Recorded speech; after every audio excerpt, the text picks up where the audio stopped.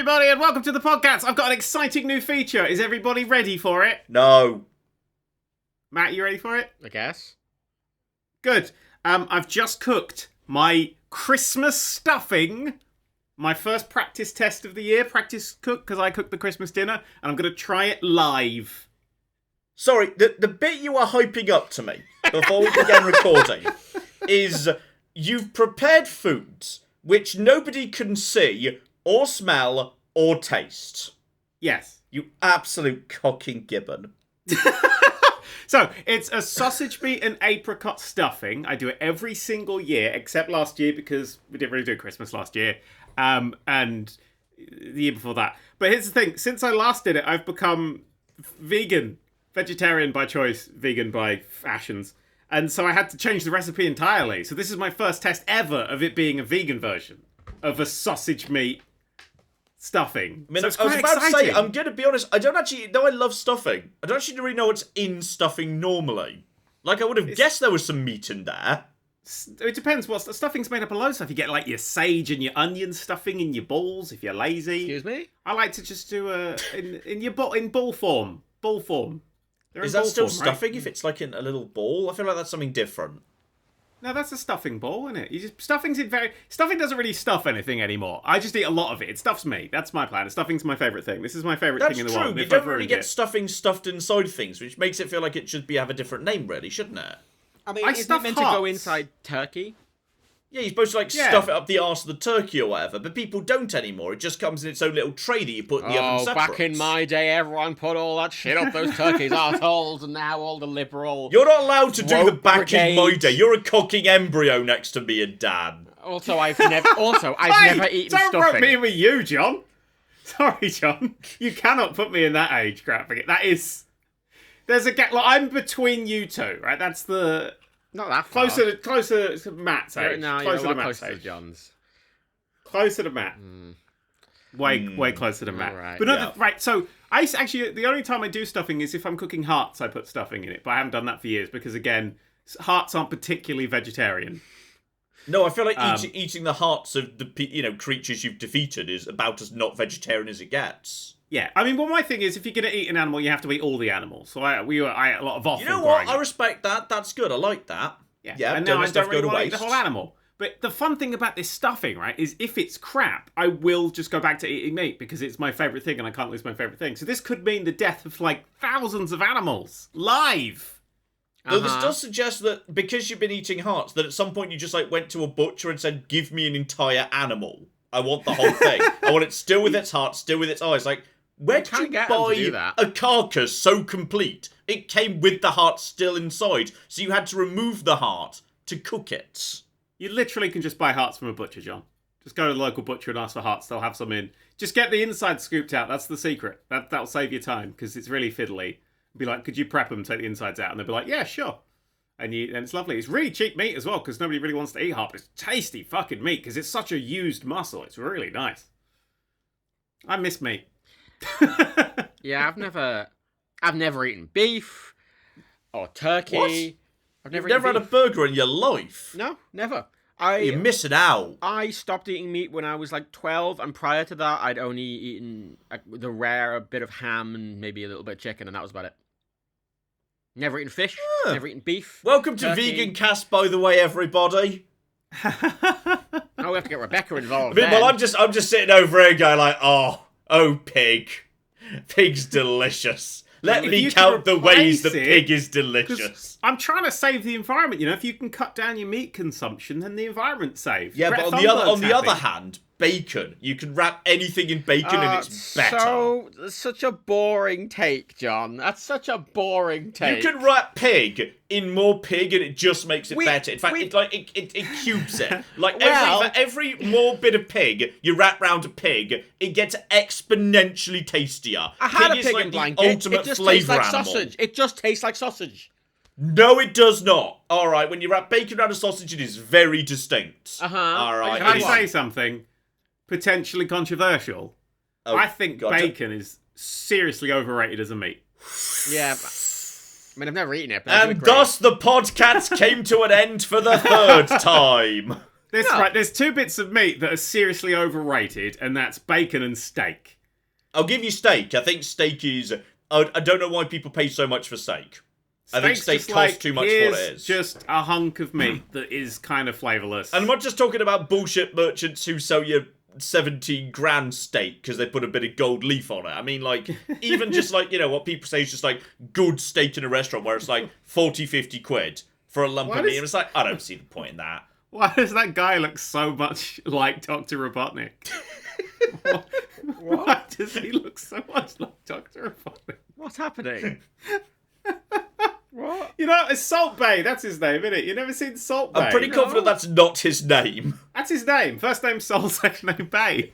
You give your kid a name like that, what do you expect them to grow up to be honest? Google Salt Bay and you'll find a guy who A, looks like Dr. Robotnik, and B, thinks... Salt Bay. Nusret? Yeah. And God? he thinks the best way to serve salt is to bounce it off his fucking elbow for some reason. But he always looks really sweaty when he's doing it, so you're just putting his sweat in your food. It's just the worst thing. Like, I don't know if you ever worked in service. I was a waiter for many years. Chefs get cocking sweaty because kitchens are cocking hot. I worked in an industrial kitchen for a while. Yeah, it's a hot place to be. They are hot places to be, and chefs just fucking sweat. They've got headbands and they get salt. They have to toss them aside and put in a fresh one because it's hot. Like, the last thing you want to do is a chef to come along and say, I'm going to prepare your food by bouncing the ingredients down my sweaty, hairy arm. It's like, no, that's the last thing I want you to do. Just don't rustling do that. salt through his sweaty arse crack and just sprinkling out his short leg onto your It's basically plate. about halfway to that, yes. It looks Can I fancy, try my though. stuffing yet? Because I want to eat it. Yeah, go ahead. Try your disappointing all the people stuffing. with misophonia, close your ears now. Thank you.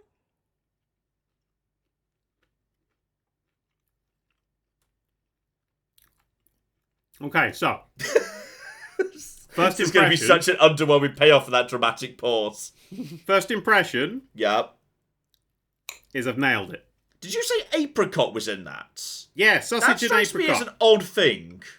No, it's Isn't good. that thing. way It's too good. Says sweet? the man who's like, oh, bacon's the best thing. If you wrap bacon around more bacon, it becomes even better bacon. And like, oh, apricot flavouring. Ugh, disgusting. I just feel Oh, like I apricot only want feels a bit pig in too my sweet. pig. Oh my god, this is amazing. I Yeah, did but it. the best combination. I mean, Thai food is a perfect example of this, where you combine sweet and umami and the sour. John, do you like Thai food? Yeah, I'll go for Thai food on occasion. It's not my absolute favourite. What's your absolute favourite? My absolute favourite is like the area around like Turkey, Lebanon. Like Lebanese food is spectacular. But Like- lots of like- food out there is very similar. Like Turkish and Lebanese food is very similar. To each other. Tabala. Sorry? Tabala, that's a thing, isn't it? Isn't that from that area? I think so. Yes. Yeah, I know my shit. I'm a chef. I used to be a chef. But what I just love about it is it's incredibly spiced, but it's not spicy. It's not really spiced, and the meat. Oh, Turkish lamb, amazing. Oh, That's delicious. another I thing do I've miss never meat. eaten. Lamb. lamb? You've never eaten a sheep at all. Again, the only animals I've ever eaten are chicken and pig. Period. Not period from a Yeah, a pig, chicken's but- period. That's just called an egg. We just call them eggs. God, can we start this episode over again? No, we did that every time. Dan's Every like, time. oh, I hate everyone who Video isn't games. It's got video games. me. Oh yeah, there are things I've been playing in the past month. Have I? No, I did. I modded Fallout 4 really heavily. I did that. You're surprised you played a video game in the last month.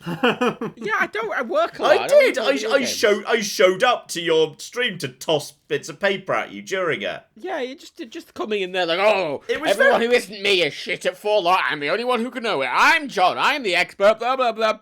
Walk on a I think landmine, I you was quite tit, nice and and ruin polite, your to run. be honest. Fuck It was you, John. very subtle. It was very subtle modding. I think it was very well thought through and well done for the most part. and it was 170 mods. And you couldn't tell the coggy difference from the base. You were walking around going, I think this roulette might have changed slightly, but I'm not 100% sure. Small So changes. I'm sure are those best. 170 mods were worth it. Well, apparently you have to install a different mod for every type of shadow you want. There's no single mod, right? Because Fallout 4 does support like dynamic shadows, but most lights don't have the flag enabled. And there's no mod that just enables it for interesting. everything, but you have to get different mods to enable different flags. Like, you can get a mod that enables the flag on, like the Pip-Boy, for example, and a mod that enables the flag on Spotlights, another mod that enables the flag on Robot, like tank bots, faces, and... This feels like a sort of thing where these mods should just be merged into one mod. Yeah, no, I agree with that sentiment, yes, but I had to install 10 different lighting mods just to enable the right shadows, and then I had to mess around with an INI file to make sure NPC headlamps cast the right shadows, and they didn't. It turns out because my load order was slightly wrong, but it's fine. It's fine. It works fine. Everything's fine. It doesn't even crash that often. It's Fallout. I mean, what? I'm gonna be replaying Fallout 4 very soon. Oh. On the Steam Deck. Oh. Because I want to play Fallout 4 in bed. The best place to play video games. Yeah, I admit that's the biggest game I want on the Switch is Fallout 4, which could run on the Switch if they really I was about to say, is tried. Fallout 4 on the Switch right now? I couldn't remember whether it was or not. No Fallout, just Skyrim. And Elder Scrolls Blades. It's one of those You think frustrating that things. it's got to be able to run. If they can make Witcher 100%. 3 run on the Switch, No, they can make 100%. Fallout 4 But run again, on the Switch. well, actually, no, I wasn't here last time when you were angrily talking about GTA, was I? I was sleeping. Literally. Yeah. They Yeah, we just got in a whole bunch of stuff you would have called us out on or something. This I is don't the know. thing, John. The biggest developer in the world couldn't port a 20-year-old game to the Switch. I don't know if I trust Bethesda. Well, Skyrim runs really In all nice. fairness, You know, Bethesda it are broke. experts at slowly re-releasing a game over and over on different consoles. That they are good at. Only Yeah, Skyrim. They're the most experienced developer that has ever existed on re-releasing the same game on different consoles. well, they No one's outsourced ever done it more. They outsourced it to a company of 20 people. I assume about 10 of those people are programmers. So 10 programmers making 30-something versions of the game in a few months. It's actually quite impressive that they got anything done. Yeah, and then Rockstar went, oh, fuck, and they took over development. Now we're angrily trying to unfuck It looks like Rockstar, yeah, they're just shitting out patches and support, and maybe eventually it'll be semi-decent. Within a week. I was actually going to get round to play it. I was going to get round to play it this week. And the barrier that actually stopped me was because I was thinking, like, okay, I don't really actually necessarily think... I think this is still going to be a bit of a mess. It's not fully fixed. I don't have the nostalgia for the original. And I don't know whether it even cocky works yet. Then and I looked up on Steam, it's like, oh, it's not there. No, I thought they'd totally, re-released it. yeah. It's like, oh, it's got its Yeah. own launcher. Well, I need to install a launcher that's literally just for that one game, because Well, there's no other game I'd want in that launcher. You can get Red Dead Redemption 2 and Grand Theft Auto 5 on there, and that's it. Also, it's now the only place you can buy the originals. They brought Yeah. back the original versions of They Vice brought them City, back? San Andreas, and 3. That's but an only on interesting their own walking launcher. back. So Yeah. they actually gave them for free been- to everybody who bought it on PC. It's You know been what? a month of walking I've back. not heard that, and I'm actually quietly... I think impressed is Okay. the wrong term, because that implies that they did a good thing. That's the Whether the thing. only reason they're doing it is because they fucked up so badly. They've got to do anything to desperately claw back a tiny bit of So, goodwill. I was but going like, through I'm patch notes. surprised they did. I tried them after they patched them, and here's the things they changed, right? They added the original menu sounds to Vice City in 3. They added ground haze to San Andreas. They added clouds. They added clouds. Wow. And fog. Whoa, wow. They made it so those holes in the world that people kept falling through were there, and that you could drive over them instead of falling through them. Wow. And they fixed all the signs. So instead of it saying Vice City, or fucking Top Bun, or what was the other one? AR Guitars. And they changed. AR They Guitars. fixed all the spelling, which tells you something about how much they could have done if they'd have done it in-house. I'm sure it would have been a very good thing if they'd done it properly in-house, but alas, here we are. I bet they missed loads, because it sounds like I bet they just fixed the ones that actually got caught, but there's going to be more that are going to be found over the coming Oh, weeks. probably, yeah. Well, if anyone's still playing it, I don't think many people I are. don't- Actually, you know what? Having heard the old ones are back, genuinely, I might just go back and play the old ones. When you said that, I thought you meant like Cthulhu-style demons had just come back. Oh yeah, the old ones are back. I was like, shit, I've been too fucking focused on the Omicron variant. Well, Omicron? What the fuck? Omicron. I missed the fact that the old ones are back. The elder gods are here. This is It Jesus just it. seems Christ. to be what's in style at the moment. You know what? There's protests in London in favour of coronavirus. So I was like, you know what? I'm on team old ones. Oh, the old ones are back. Brilliant. There's a frustrating thing, John, with Sure. the originals, though, right? Because all I want from the fucking masters or whatever, I just wanted them to do the bare minimum. Like, because 3 has aged poorly. It has aged poorly. Yeah. It's really clunky to play. You can't even move the camera. Fun. Did Same it with Vice City. predate double analog sticks? Is that what that was? No. It had double analog stick support, didn't it? Yeah, it was on the PS2. But no, you couldn't. You could use the right analog stick to look left and right. But you can't physically, when you're walking, you can't move the camera around you. In 3 What did and the Vice other City, analog stick do in that case? looked either left or I think in Vice City it looked left and right and back like a D-pad. And then I don't know if it did anything in 3. And the shooting is absolutely terrible in 3 to the point there's no aiming. There's that suits me because I'm terrible at aiming. No, when I say there's no aiming, I mean there's no aiming at all. be. Your camera stays where it is, and your camera just sort of pivots on the spot, and you just sort of vaguely shoot in a direction, and it's terrible. And Matt, you are a sperm, so you wouldn't know that back in the day that was like fucking amazing. I played you it actually, new. Like, shoot I things. played those 3 games when they released. Didn't. Yes, I did. I stayed They up were all 18 night. rated. Yeah, and I was a very naughty little boy. You committed a crime and you're admitting it on a podcast? GTA 3, I spent. You wouldn't literally download a nights car, playing Matt. GTA 3 all night long. I have the original versions of all 3 of them that I got. I got San Andreas in August, very excited. I got Vice City in Game Station. And I got 3 when I got my console, my Xbox. But here's the thing, the PC versions are also shit. And the big thing the remastered trilogy did is they're like, hey, we've added modern style control schemes and a proper third-person camera and the ability to aim. And I went, that's all I want. And they went, also, and I'm like, no. And they just did a lot of other shit. They kept going. They kept going. Yeah. It reminds me that, of course, one place we always used to go to buy our games was there was a period, some people who are young might remember this, in the UK, where some of the biggest shops which had the coolest stuff in were just called Virgin Megastores. It's kind of hilarious in retrospect. They were all really excited to go to the Virgin Megastore to buy our video games. Yeah. You know, I saw an ad the other day, and it was on Ryan Reynolds' YouTube channel, because apparently his YouTube channel is just ads now. And it was with Richard Branson, and it was an ad for Virgin Voyages. Yes, it was something to do with his gin company or something, wasn't it? I think I saw a bit of this. Virgin Voyages is literally just a Virgin's cruise line, and it's 18 only. No kids are allowed, and it's called Virgin Voyages, and I'm sat there, and Ryan Reynolds is sat there, and at no point does he mention or even hint at the very, very obvious joke there. Clearly, because Richard he's Branson's been paid a lot to not do said thing. And I found that incredibly frustrating. It's called Virgin Voyages, for fuck's sake. I mean, if you are a classic Doctor Who fan, when Doctor Who was taken off the TV, you know, after Sylvester McCoy, the books that brought it back were called The Virgin Adventures, which I always remember that. Yeah, but they were sexier. They sometimes they were like, well, we're going to put titties in it in a book. It doesn't really count. Titties in a book? Titties in Doctor Who. Were they which is ASCII illegal. titties? Were there pictures or were they just described? Well, there was just kind of vaguely mentioned that there was titty. I think at one point there was somebody mentioned that sex. Mammary glands in my Doctor Who. There were titties anyway. No, John. I haven't Women really didn't read exist them. until that point. You've got to understand. Yes, they Yeah, did. The no, Doctor was no. constantly floating around with companions who did, though they were not actively pointed out at any point. They had breasts. They were there. They weren't breasts, and they weren't women. They were actually dogs in a suit. That's K9. Or Carvanista. Nobody watched Flux. None of you fuckers watch Flux. No. I'll try and make one Chris Chibnall joke. Sorry, you're the person who will sit there going, oh, I can't believe you're watching Star Trek Discovery, and you sat through all of Flux and hated every moment.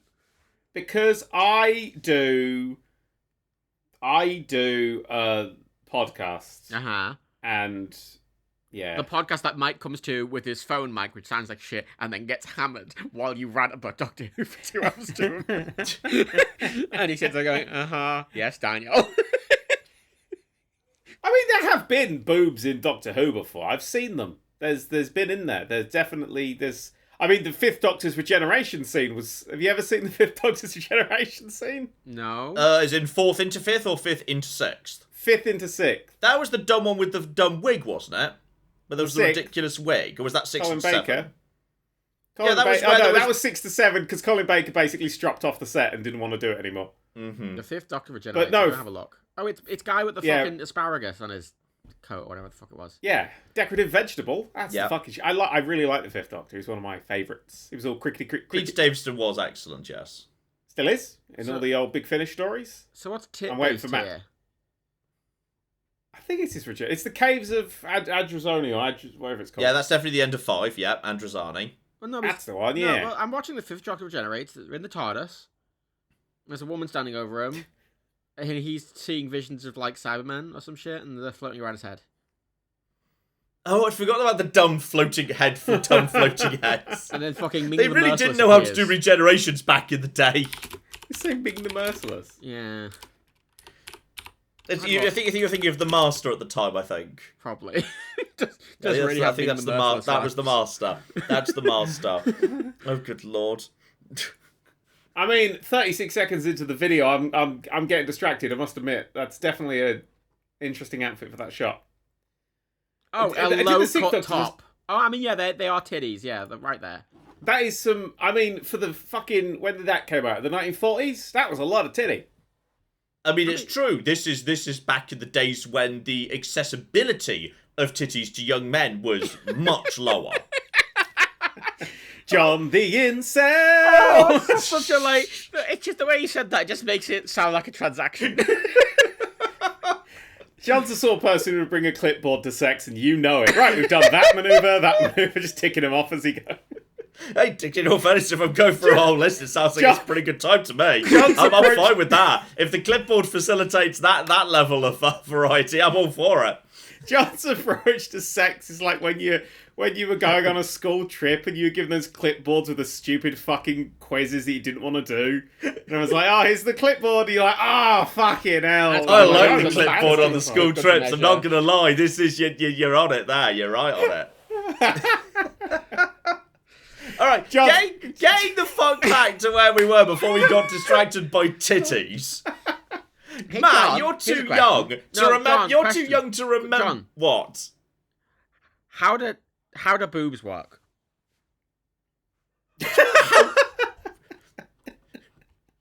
What? They're not mechanical. So Is How do they this work, is this John? Matt's very is Matt's? Oh, I can finally find out. I've always wanted to know. Yeah, I think this is Matt just trying to... how do mammary glands? How does the entire area work, John? Explain the biology to me. This feels like Matt's doing I a don't sort know, of Matt. like... Why don't you explain zebras to me? Just explain zebras. Just zebras in general. Just explain a zebra. What, the It's horse horses? they left the barcode on. Isn't it? Just... Did you know you can actually scan horses? The zebra horses. I don't That's what believe. they're called, zebra horses. That's their official name. No. You scan them and that's how you find out their name. It's all Oh. in a database. Is it? It's bip.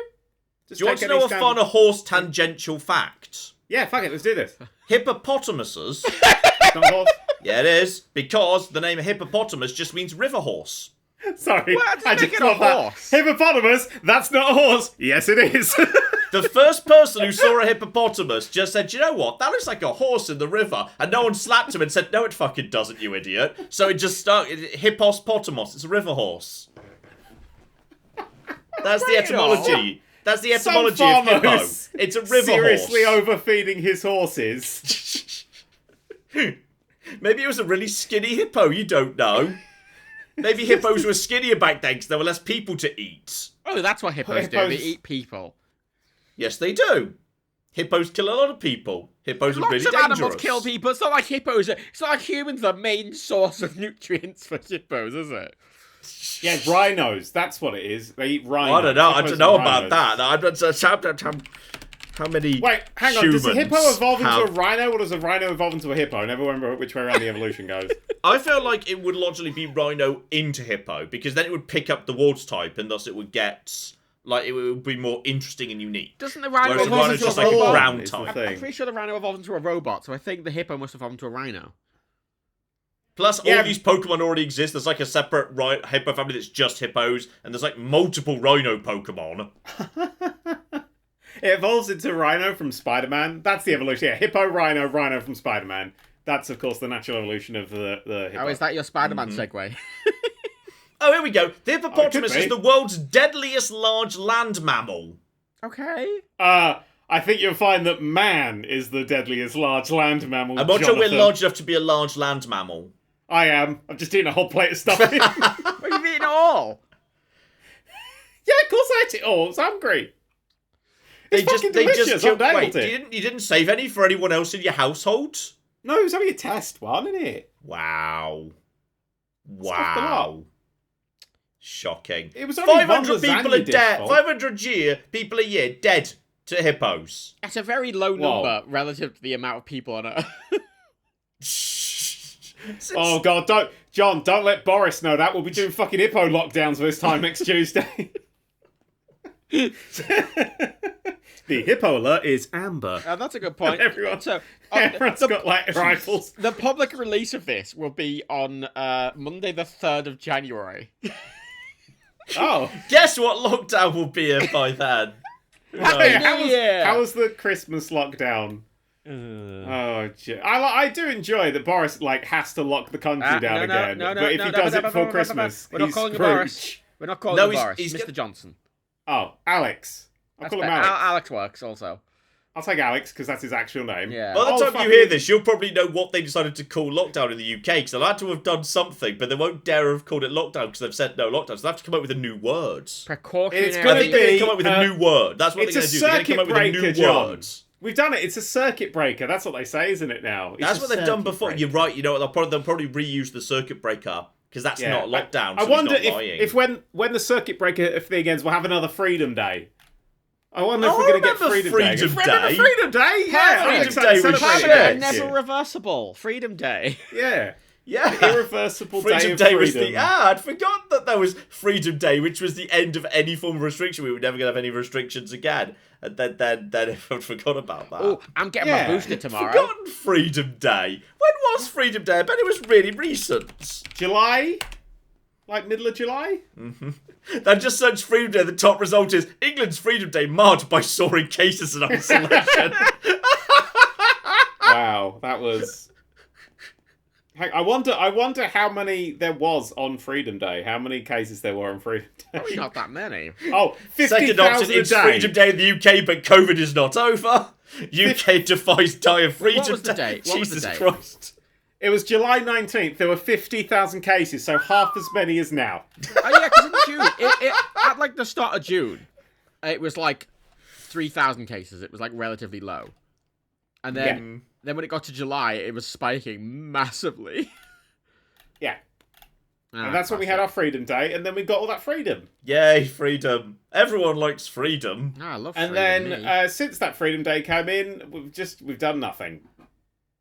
We've done no one's. I didn't feel that it depends where you are. There's been restrictions. I think some of the devolved parts of the UK have had some restrictions. I think Wales has had some stuff. Yeah, Wales is fucking. They got barbed wire around it now. You can't get in. Freedom Day for England. London's declared major incident, but I'm not 100% sure what that means. It doesn't seem to mean anything. It's just like an alarm you turn on, but no one actually That's talks. Michael Scott walking into the room going, "I declare bankruptcy!" Pretty much. Major incident in London just seems to be putting a little, siren on top of the London Town Hall, but no one actually comes to the siren. Nothing happens. You got Sadiq Khan kicks the door and it's we have to declare a major emergency. And then Crichton goes, "Are you sure, sir? That does mean changing the bulb." Yes, pretty much that. It doesn't appear to mean anything. It's just a thing you say. But as far as you can tell, nothing happens as a result of major incidents being declared. A lot of them are just meant to be like this. It's them going to everyone. Oh, this is very, very serious. We must do something about this. Do you want the boring answer of actually what it means? Oh, yes, I do. I want the really boring answer. It lets them access emergency funds. Oh, there's a tiny bit of extra funding. Wait, wasn't that because the fucking TFL ran out of money? I don't know. TFL ran out of money. I think that's why. Well, could you imagine if you declared a state of emergency just because TFL ran out of money, not because of COVID? That might be true. Emergency! I can't get on a train. In London, I'll have to walk and it's miles. Oh my god, could you imagine having to wait 3 minutes for your next train instead of 4? I mean, god, absolutely. I just can't imagine that's less time. You just, I meant to say 4 minutes. Imagine having to wait 3 minutes instead of 4? Okay, I meant to say 4 instead of 3, but you got the joke. You probably did. I went with it. I assume you don't know what numbers are. That's why you run my business. Oh, here we are, Mr. Fucking I don't like to look at banks, man. Fuck off. I don't like to look at Meanwhile, banks in or the numbers. Matt in the TFO control room, three trains every 3 minutes is not enough. I demand trains every 4 minutes. Yay! Matt. 4 is a Why bigger don't- number right? than 3 after all. Why don't they just Our do trains must like a go Ferris wheel? forwards, not upwards. Upwards, not forwards. Trains like a Ferris Twirling. wheel. Twirling Twirling. towards Piccadilly Circus. Yeah, no, have trains like a Ferris wheel where you get on, but it's always going, and it like stops at certain things. But it's like one long one, just one train that goes all the way around the circle line, and just goes, and you get on it, and then it stops. I don't know if the I feel like that's going to mechanical cause more logistics of that, problems than yeah. it saves, with people falling over and also occasionally falling under it and dying. I'm pretty sure Tom all- Scott it's- has done videos on rotating prisons and like rotating fucking elevators and how that no Oh, one fucking no, used them I to get went- cutting people's arms off. I went to the Did you University say of Leicester prison? where they've got one of Rotating those. prisons? Yeah. You mean Not like prison. a panopticon? I don't know, prison. As he said, Prison isn't cells. that the leader of the Transformers? No, panopticons are really cool. It's a principle for, well, okay, it's not, it's a nightmare, but it's a principle for making a prison where you make every single cell visible from one point. So like you know, they're round. It's all kind of like, you know, a big round thing. But then obviously you make the single guard tower with like frosted one-way glass. So every prison knows they could Why be would the beat.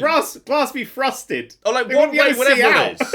Whatever it This is. like a stupid fucking idea. The point is, the prisoners don't know just got whether a the guard's bathroom up looking there. at them or not, but the guard could, in theory, always be looking at everybody. The video is called Yeah. Rotary Jails and Accidental Amputations, which, if anything, is a very good summary of the story. Isn't that also the summary of the film Cube? What the fuck is Q? No one's seen it. You haven't seen the film Cube? It's a horror film about a bunch of people who wake up in a cube, and if they Where go have into you there's seen like a horror film? You hate horror. I didn't know it was a horror film, but I sat down to watch it, and then I it's don't got think Cube's David really Hewitt a in it. horror It's not good. film. I think a horror I think it's kind of different. People get like sliced to bits. I don't like that But shit. normally. psychological horror's different from horror. Well, no, because they climb into the different cubes, because each face of the cube has got different cubes and shit in it. And they've all got different traps, and the cubes rotate, and they've got to escape from like the When inside did of it a come giant out? Rubik's cube. Ages ago. There's like a few of them, I think. I mean, I searched Q, I and the only mean, thing it's- that comes it's up is very something called old. Mulk It is very old. 2018 movie. One family member tried ain't to help it. a family who are trapped in a dark controversy. And also the That's- Cube. that's a starring different Phil Cube. Schofield. That's an unrelated cube. No, that's the same cube. They just that was one of the traps. That the Yeah, the it's remake totally took some Philip real creative liberties. A game show based on the hit horror film. Here's Philip Schofield. Ah! Well, that's pretty much Jigsaw. That's the entire Jigsaw franchise. Yeah, I like the. Wait, do you think that the Saw franchise was based off Oh. of just the concept of jigsaws? Oh, it is why you watch it, because it That's stars fucking Ezri Dax. It's got and David Hewitt as well from Stargate Atlantis. So I watched got it myself as part confused of- because the most recent one was called Jigsaw, but the ones before were all Saw. So I got myself confused Yeah. for a second. Sorry, It's all right because they I made a forgive Saw. you. They made a Saw spin-off called Jigsaw, Yeah, and the whole Well, the new one's franchise called started getting Spiral, confusing. isn't it? Huh? new one's called Spiral. Yeah, I don't know whether they like lost. Did someone just like start squatting on the website saw.com so they just had to come up with a new name? The next one will be called Twirling, Twirling, Twirling, Twirling. Daniel, she did a Christmas movie in 2011 called Christmas Town. Christmas Town. We'll watch that. It'll be fun. Yeah. We'll do a group watch along, and we'll watch. I don't want to watch Christmas Town. Christmas Town, starring Ezri Dax Wow, that- and Your other enthusiasm guy. for that waned. That's like a world record for waning enthusiasm for a film. Oh, I'm really looking forward to this Christmas. Actually, Oh, no. I'll tell you the fastest my enthusiasm has ever waned. It was during the Game Awards, which have happened in the past month, when they When? showed off that Star Wars trailer. And this like really beautiful CGI Star Wars trailer happened. It looks like a bit dark and a bit spooky, etc. And then the fucking David trailer Cage. ends. David Cage. It just says Quantic Dream, and you go, oh. I saw someone made a little compilation of streamers being disappointed when Quantic Dream appeared. And there's like a 2-minute compilation of all streamers who were live streaming the awards. But oh, it looks really cool. That's brand new IP in Star Wars. It's really exciting. Oh. So it's I might be on there, 'cause So we're many live people's streaming it. response was that. There's like a compilation, like I think it's like 10 different streamers who were live streaming it, I'm all of whom the definitely gonna moment they watch saw Quantic Dream, they're like, oh shit. Because okay, but the fun thing about that is if it comes out on Steam, that means that no matter how long it is, you'll be able to play all the bits of it that are good and still get it refunded. Just every Quantic Dream game say, which is normally the first 3 or 4 scenes are actually quite interesting and fun, and then it just cocky goes off the fucking rails. Yeah. Somewhere like a few hours in. So just play the first 2 hours, then refund it. It's not a fun way. That's the problem with Quantic Dream. They don't go off the rails in a fun way. They go off the rails in a stupid, unfun way. It's just like, oh, you're a girl with a ghost friend. No, and I'm like, all right, girl with ghost friend. No, also, she's in the war. Like, what's happening? What if, right, the whole game, it's like starting, and then it turns out, when it starts going off the rails, it's actually about Jar Jar Binks, who is now depressed. Aww. Right? Let him down. He's got a horrible family life, and his mother's also a ghost. He was bullied at school. He opens his locker. It says Jar Jar stinks, and he's like, oh. Wow. He's a fast one, isn't he? I tell you what, if like there was a Telltale style game where you just walk around as Jar Jar and his incredibly depressing life, and his life just gets worse and worse over 5 episodes, I am in. I am 100% in for the depressing, grounded adventures of Jar Jar. Yeah. I mean, with that Quantic Dream game is estimated to be about 3 or 4 years away, so there's no real rush on caring about it. Oh yeah, but fucking or not caring about it. Fucking Molyneux's new game is fucking 70 years away. It's got no gameplay trailer. Oh, I'm gonna get my favourite quote. Oh, John, have you heard the new Molyneux quote?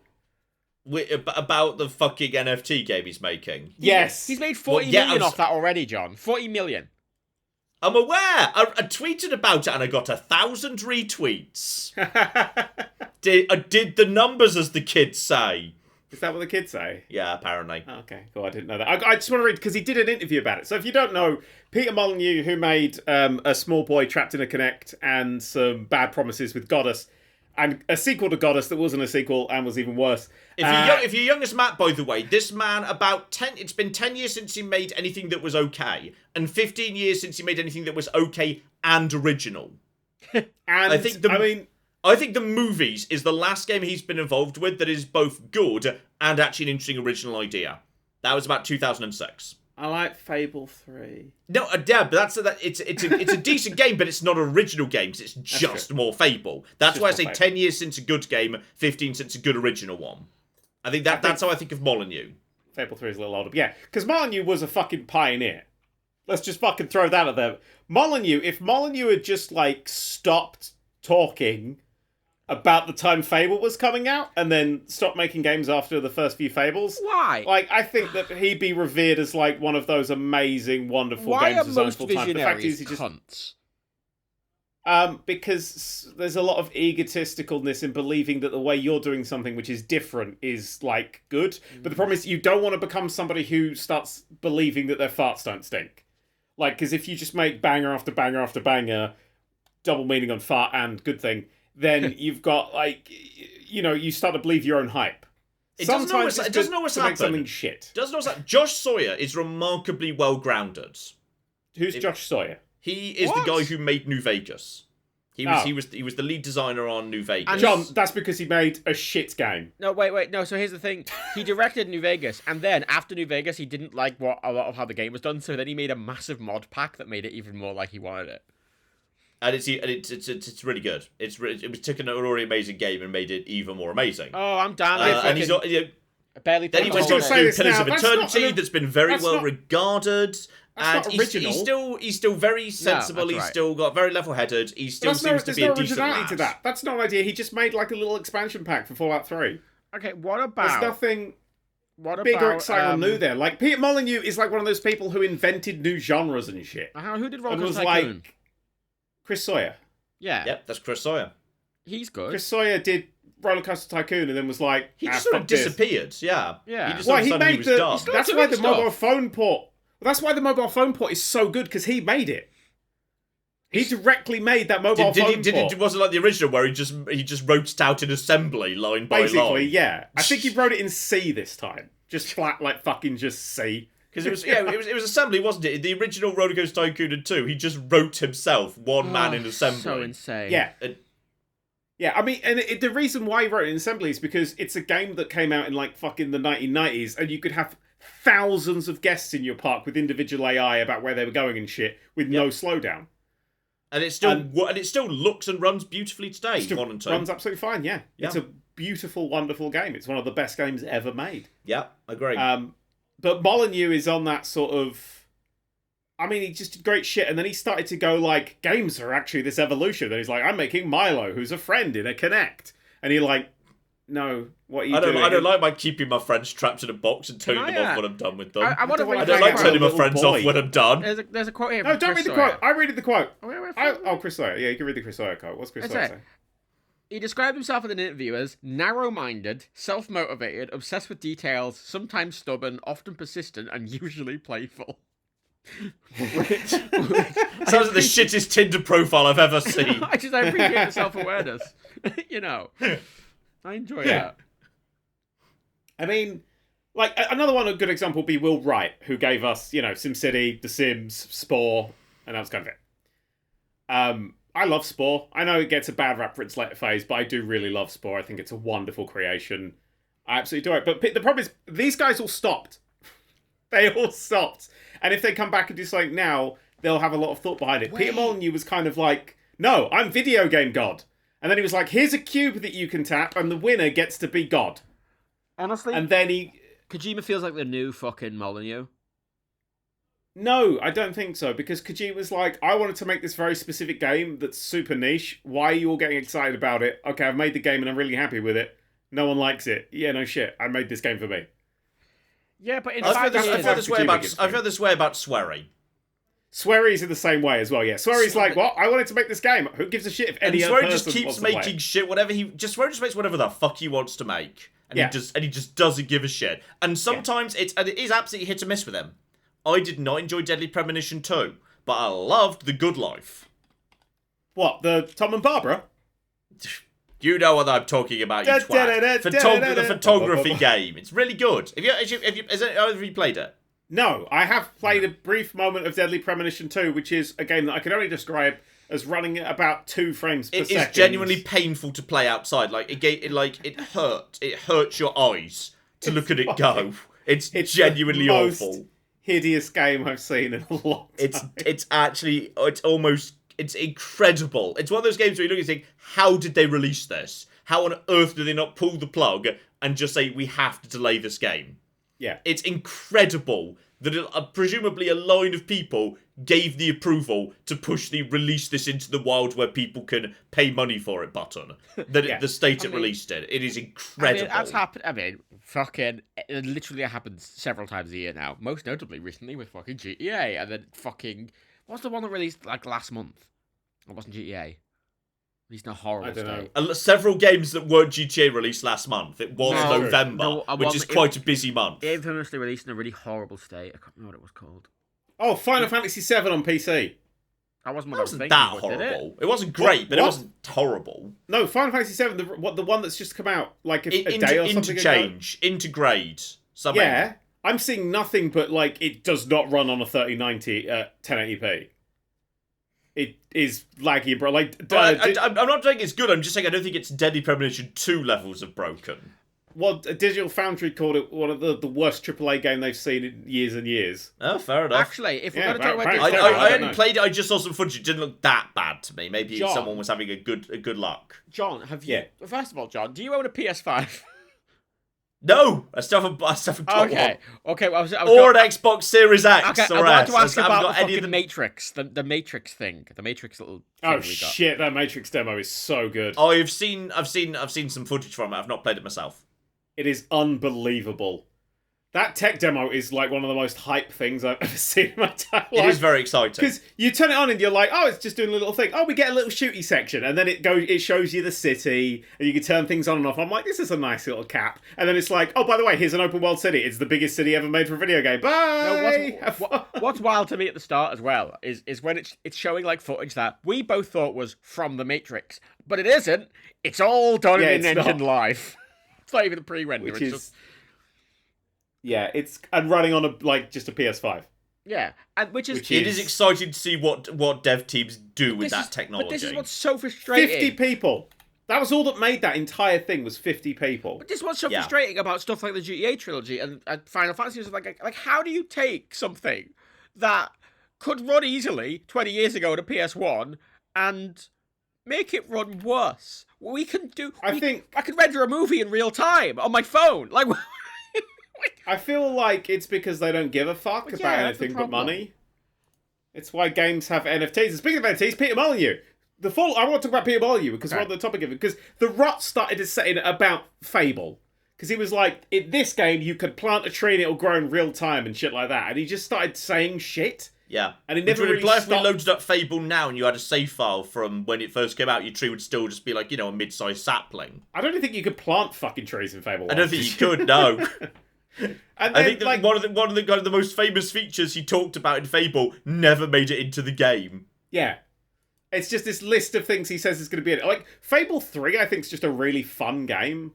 If you want just a really English RPG where every voice is voiced by a British comedian, Yes. It's just a lovely little world to fall into. It's hideously broken.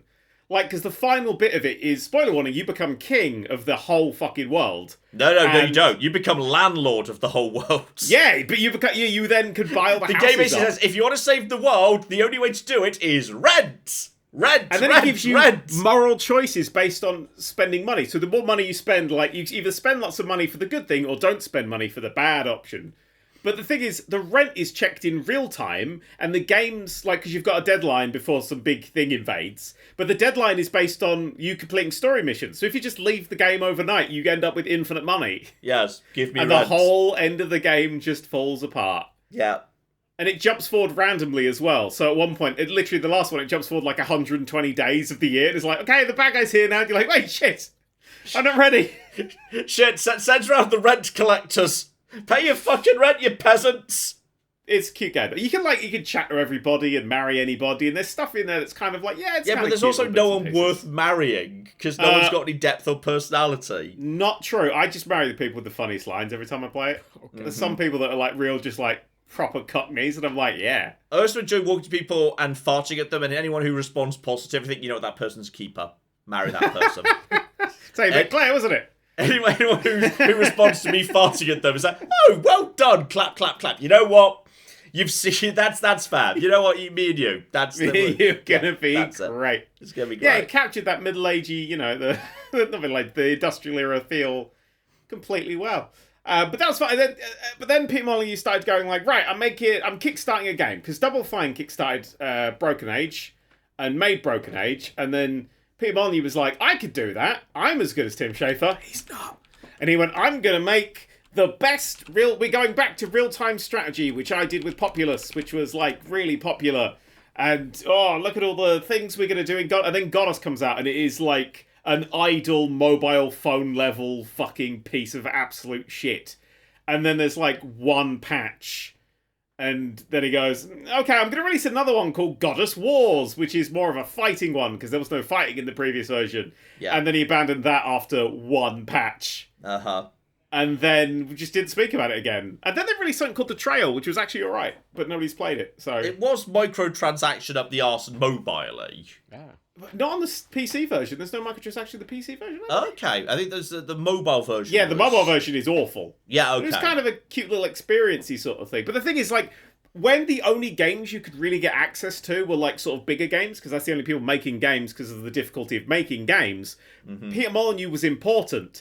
Now, like, some cunt with the tiny computer in a basement could bash out fucking Undertale or Stardew Valley, because they're talented. I'm not going to fucking knock them for that. But, like, it's one person just goes, yeah, fuck it, this, and just blows everything out the fucking water and changes the fucking landscape of gaming. Peter Molyneux isn't relevant anymore.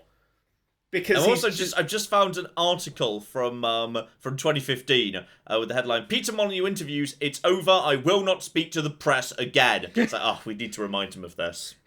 We need to, every time he tries to open his mouth, we need to hold up a sign with that on it. This is all building up to a quote from a very recent Peter Molyneux interview. Because so then he announced this new game 2 years ago called like Legacy or something, and he was like, it's going to be an open world game where you can like set up businesses and shit. Yeah. And I'm like, all right, Peter, shut the fuck up. And then he went dark on it, and 22 Cans, which is his company now, shut down and they did shut down, but they got rid of a lot of their staff and stuff, and they kind of went through a lot of turmoil. They and are shit, still around because they're the ones making the new one, Legacy. Yeah. So they're still around, but there was a big round of cuts and stuff because they didn't make any money from Goddess because it was terrible and word of mouth spread. I think it's really lowly rated on Steam. Like, lowly rated. It must be overwhelmingly negative. Goddess and Goddess Wars, which is the replacement Goddess. Yeah, both of which were abandoned. It's almost impressive you managed to find a way to abandon a game twice. Steam reviews. That is the only interesting thing he ever did with Goddess, is he worked out how to abandon a game twice. Reviews mostly negative. 25% of 5,000 all time. Fucking hell. Of Goddess or Goddess Wars? That's Goddess. Let's have a look at Check Goddess Wars as well. Goddess Which should Wars. be just next to it. It's also got a little very negative. 16%. Ooh. Yeesh. That's quite negative. Yeah. That's quite negative. There's another game here as well. The Trail. Frontier Yeah, Challenge. that's the one. After That'd probably just be mostly positive, I'd say. Mostly positive. Yeah, it's alright. Mm-hmm. It's just a cute little thing. But he never talked about it. And that's the thing, he kept his fucking beak shut for 5 minutes and made a decent game. Mm-hmm. That's just it's a walking simulator and you kind of craft shit on the way, but it's kind of cute. It's got some nice little ideas and stuff. Mm-hmm. But then he's come on with Legacy, and he's gone I'm going to invent the world. We've got to cover off one thing before you get to Legacy, though. Which was the hilarious fallout of Curiosity. Yeah, this is very cube-heavy. Where the entire gimmick, though it was just a dumb experiment of, hey, click on a cube and whoever, but the specific thing was who actually is the last person that gets to the center of the cube, the person who does the all important click that settles it, we're going to change that person's life forever. They're going to be God. And one person did do that. They did come forward, and they never saw anything. Well, they were supposed to get some of the money of the game. They were supposed to get a share of profits, but the game never made a profit. Yeah. So they never got anything. Wow. And according to one account, yes, they flew him out to play Goddess early, and he got bored of it before he was done with the session that they'd given him to preview the game, which was not a good sign. But I mean, so Curiosity was there was a massive cube that everyone was tapping away on, and you could pay money to make your taps do more damage, and the first person to get to the middle wins, and everybody else has spent money on nothing. Yeah. And now he's made a game where he's selling plots of lands as NFTs. Yeah. To idiots. Yeah. I mean, one plot of land sold for $900,000. Mm-hmm. Because people are stupid. You can buy an actual mansion for that. Yeah. An actual real mansion. Yeah. The thing is, no one's actually buying this because they want it. Everyone's buying it because they're kind of hoping they can sell it later. So this is the weird thing about NFTs. This is a dangerous gamble to take with a Peter Molyneux game. Every single person I've ever seen buying NFTs, ever, is always buying it with the intent of, because I'll make more of it later. Not one single person seems to want them for what they are, which is not a sustainable industry, really, is it? Which will kill the game off. But the thing is... And it's been repeatedly revealed that when people have revealed, hey, I sold this at a huge profit, that they've actually sold it to themselves. They've sold it to another account of their own to try and drum up interest. Yeah. There are actually a lot of people have bought them. Not many people are buying them. The second market is not huge for these things. The thing is that this isn't something that needs NFTs. And you'll spot this... And because the gaming industry is kind of going, NFTs. Like I said earlier, that this is was the month for rollbacks. Stalker 2 announced, we're going to sell NFTs of Stalker 2. And it's going to be, you could have an NPC in the game and all this sort of shit. And then they kept going, no, we're definitely doing this. Stop being mad at us. No, we're doing this. And then they did a tweet saying, we're definitely doing this, shut the fuck up. And then 30 minutes later, we're like, we've decided to reverse the decision and not have NFTs in Stalker 2. Because people fucking hate NFTs. Because... they're not necessary. None of this stuff is actually necessary to have an NFT for, because stuff like Second Life exists, where you just have this stuff on a database. Yep. Because this NFT, this plot of land you're buying in a virtual blockchain! The Ethereum blockchain will save us all from those... But the thing is, the whole point of it being on the blockchain is that it survives beyond the game. So if the game gets shut down, you still own that piece of land because you own that NFT. But here's the thing, right? You can't play that fucking game anymore. You can't play that game. that game is some gone. Some people kind of vaguely claim, oh yeah, if I buy an NFT, I'll be able to use it in like all my games going forward, which raises interesting questions as to which dev teams they think are going to spend resource to implement a different dev team's NFTs into their game. Yeah. That's fascinating. Yeah, that's an interesting fucking argument that makes literally no sense, because they're trying to reach for a reason of why it's NFTs and why it's not just server-based. Yeah, because there's no reason all of these systems, you owning something in one game and bringing it into another game, you could already do that. You can do that already. I mean, yeah, with a save file. Just not even a save file, like, you know, if you have a Steam account or like a Uplay account, whatever the fuck, and your account has like a little thing going, this person owns, you know, item 1, and item 1 works in multiple games, then that's how it will work. It doesn't need to be an NFT. Yeah, like if Ubisoft could do what they're already talking about with their digit system right now. If you unlock something in game X and you're logging in with the same Uplay account, then just let that item be usable in game Y. Yeah. Just using the Uplay account you've already got. Yeah. But You they can put it on already the do that, blockchain because Ubisoft. they're trying to attract the idiots who are buying into this stuff. Mm-hmm. There was a discussion I saw from it. Oh god. Ah! It's fine. Oh, it was a good discussion then. Everything's fine. Just keep my laptop. It's fine. There was a good discussion by a sort of political YouTuber I watch, and he made the point in that all the stuff about blockchain and NFTs is, in theory, the whole point is about decentralization, right? However, everyone's engaging with all these systems through a third party. Like, it's not decentralized if you require the third party. If you have to go through, like, Coinbase or the Pay app or whatever, any of these cash apps or whatever that are processing your fucking crypto, well, it's not decentralized. You're relying on that fucking company. And if you're buying NFTs that only work in fucking Ubisoft games, it doesn't make a difference that it's fucking in the fucking cloud, is it? Because it's still Ubisoft controlling the fucking thing. I mean, they keep this decentralization thing's really interesting because they're like, it's decentralized, haha, and then someone steals like someone's pretend that they own art print of a monkey, and they're like, no, help me, some sort of centralized thing. My apes, Odo. Like, my apes. There's literally NFT people consider right clicking and saving as piracy, which I think is amazing because fuck you, decentralized. There's an but there is one discussion I've seen about cryptocurrency, specifically crypto, not NFT, can be good in certain countries where the currency is, where the government is not controlling like Nicaragua or something, where, the currency is so devalued and the government is completely untrustworthy. It's good to have a decent. But that's such an edge case. I want to read you an actual quote. When I at one point was talking about NFTs and someone who's drunk a lot of fucking Kool-Aid, like Kool-Aid is coming out of their ears at this point, replied to me, and I was talking specifically about Ubisoft NFTs, a way to bear in mind. Mm-hmm. They said that they were shocked and appalled that I was against this because I was basically saying we're not going to have a collectively owned future, but a corporate owned future. Yeah. You this person swine. Who was defending his right to buy Ubisoft NFTs was saying that I was arguing for a corporate owned future, but he wasn't. The person buying the Ubisoft... These people have got their fucking heads where their asses are. Well, I got their fucking brains in backwards. Here's a tweet from good old Stephen... what's his fucking name? Totillo. Owen. Stephen Totillo. The what's his face? The guy who does video games. He used to work at Kotaku and stuff like that.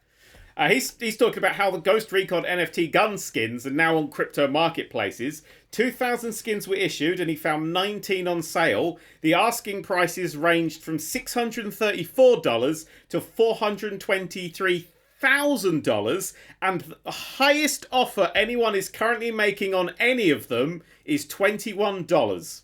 Yeah. Jesus. It's... Yeah. The problem is, whatever happens here, somebody, and it might, maybe the people who got in really early are going to make a profit and get out safe, whatever. But there's going to be some seriously burnt bag holders at the end of this. Oh god, yeah. There's going to be a fuck ton of bag holders when this is done. It's the stock market, but completely unregulated, and we all know how that goes, even when it is regulated. Like, what the fuck? I mean, God, fuck, I mean, we're talking about NFTs and things. Steam already basically has that, right? The Steam item store, where you're selling gun skins and cards, is effectively that. You can transfer a lot of those between games. You have a full decentralized thing. You can sell them. You can make real money off them. But that doesn't require NFTs. I always like how whenever I call NFTs a scam, someone will always reply to me saying, well, actually, I'm in this space and I've made a lot of money. It's like, okay, mate, but one person making a lot of money doesn't mean it's not a scam. In fact, most scams do involve one person making a lot of money. The thing is, it's the other people that are the problem. These are the It's same still a people. scam. You're just not the victim. It's all the other people who lost the money that you're not mentioning. It's the other people whose money you currently have. exactly. They were scammed.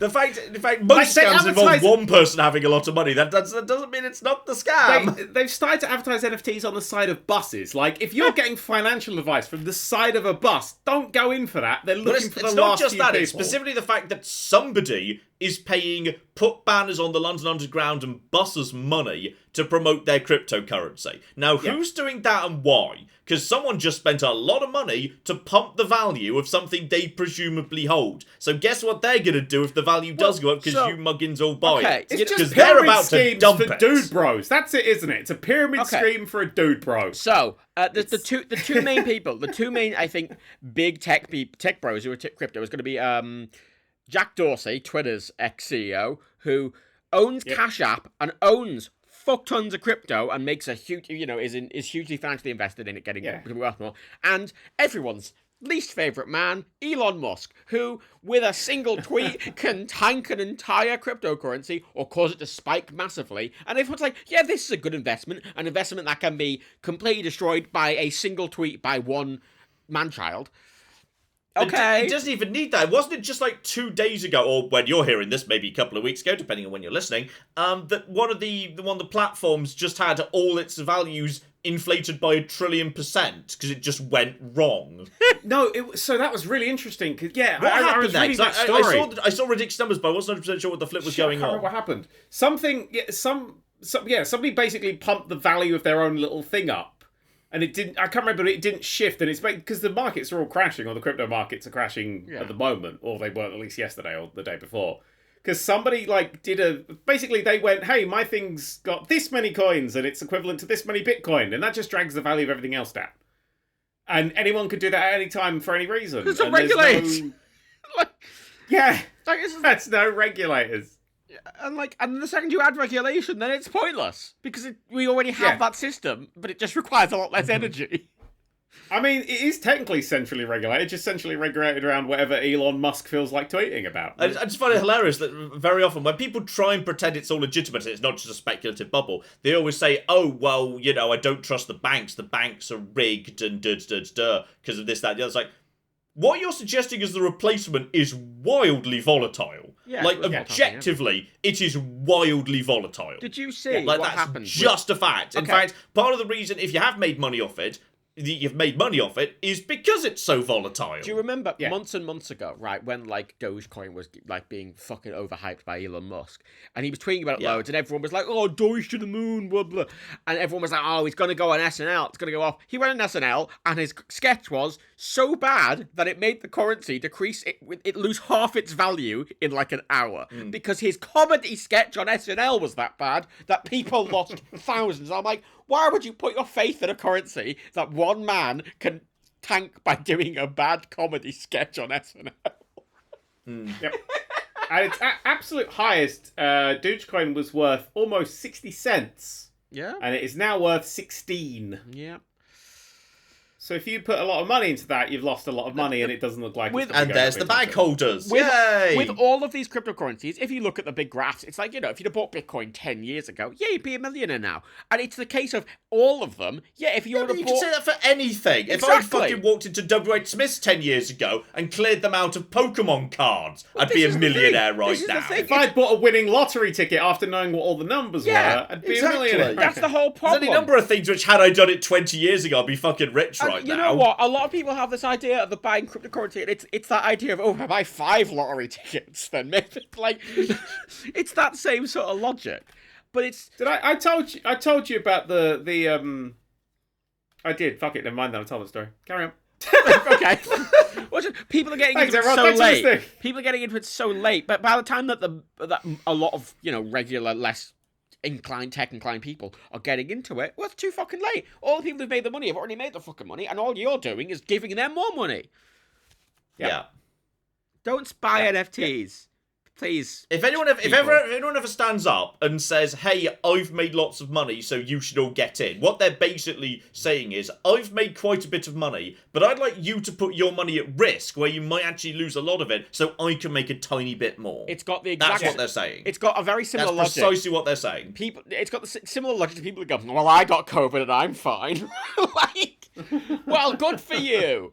Like, I'm going to pass it on. And you have particularly strong feelings about that, Matt. Yeah, this is the thing, isn't it? It's this constant well, I did it, and it's these people this is why I hate asking for tech advice on Twitter, because I go, I have this problem, and someone replies, going, well, I don't. I'm like, great, good for you. You're kind of the opposite of that guy, Matt. You're the person who, if you put your money into euros, the euro would crash the next day. It would. God, it would. It would. You are the least luckiest. You're the unluckiest bastard in the world. I just looked at my kneecap last week. Did you? Well done. That's nice. So anyway, Peter Molyneux's hocking NFTs now, so no surprise there. But there's a quote. Shit, I only did this because I want to read this quote that Peter Molyneux actually said about himself, because it's amazing. Okay. Yeah. So he's selling these land in a fake world, just kind of like Second Life used to do, I suppose. But it's now an NFT, so it's on the blockchain. Except it's in a game that doesn't exist yet. There's no gameplay trailer or release date. Yeah, and if the game comes out and it's shit, no one's going to give a fuck, and you've wasted a lot of money. But this is what Peter Molyneux had to say. This is Peter Molyneux on Peter Molyneux. But the problem with creativity, I always find, is that I am totally incompetent when it comes to drawing, or painting, or singing, or writing music, or gardening, or almost anything. Hashtag relatable. I love the fact that Peter Molyneux came out and went, yeah, the problem with creativity is I'm not very good at it. Yeah, well done! That's kind of been your problem, is you come up with an idea, it's like, what if it was a game where everybody could randomly turn into a badger? And they're like, well, we could code that. No, the people playing, while you're playing it, you just turn into a badger.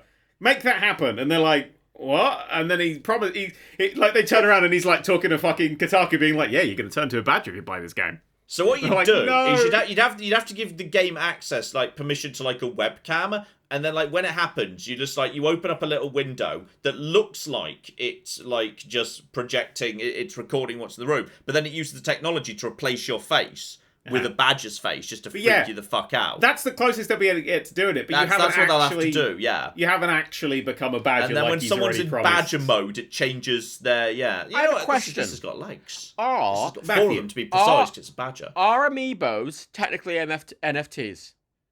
No. Why?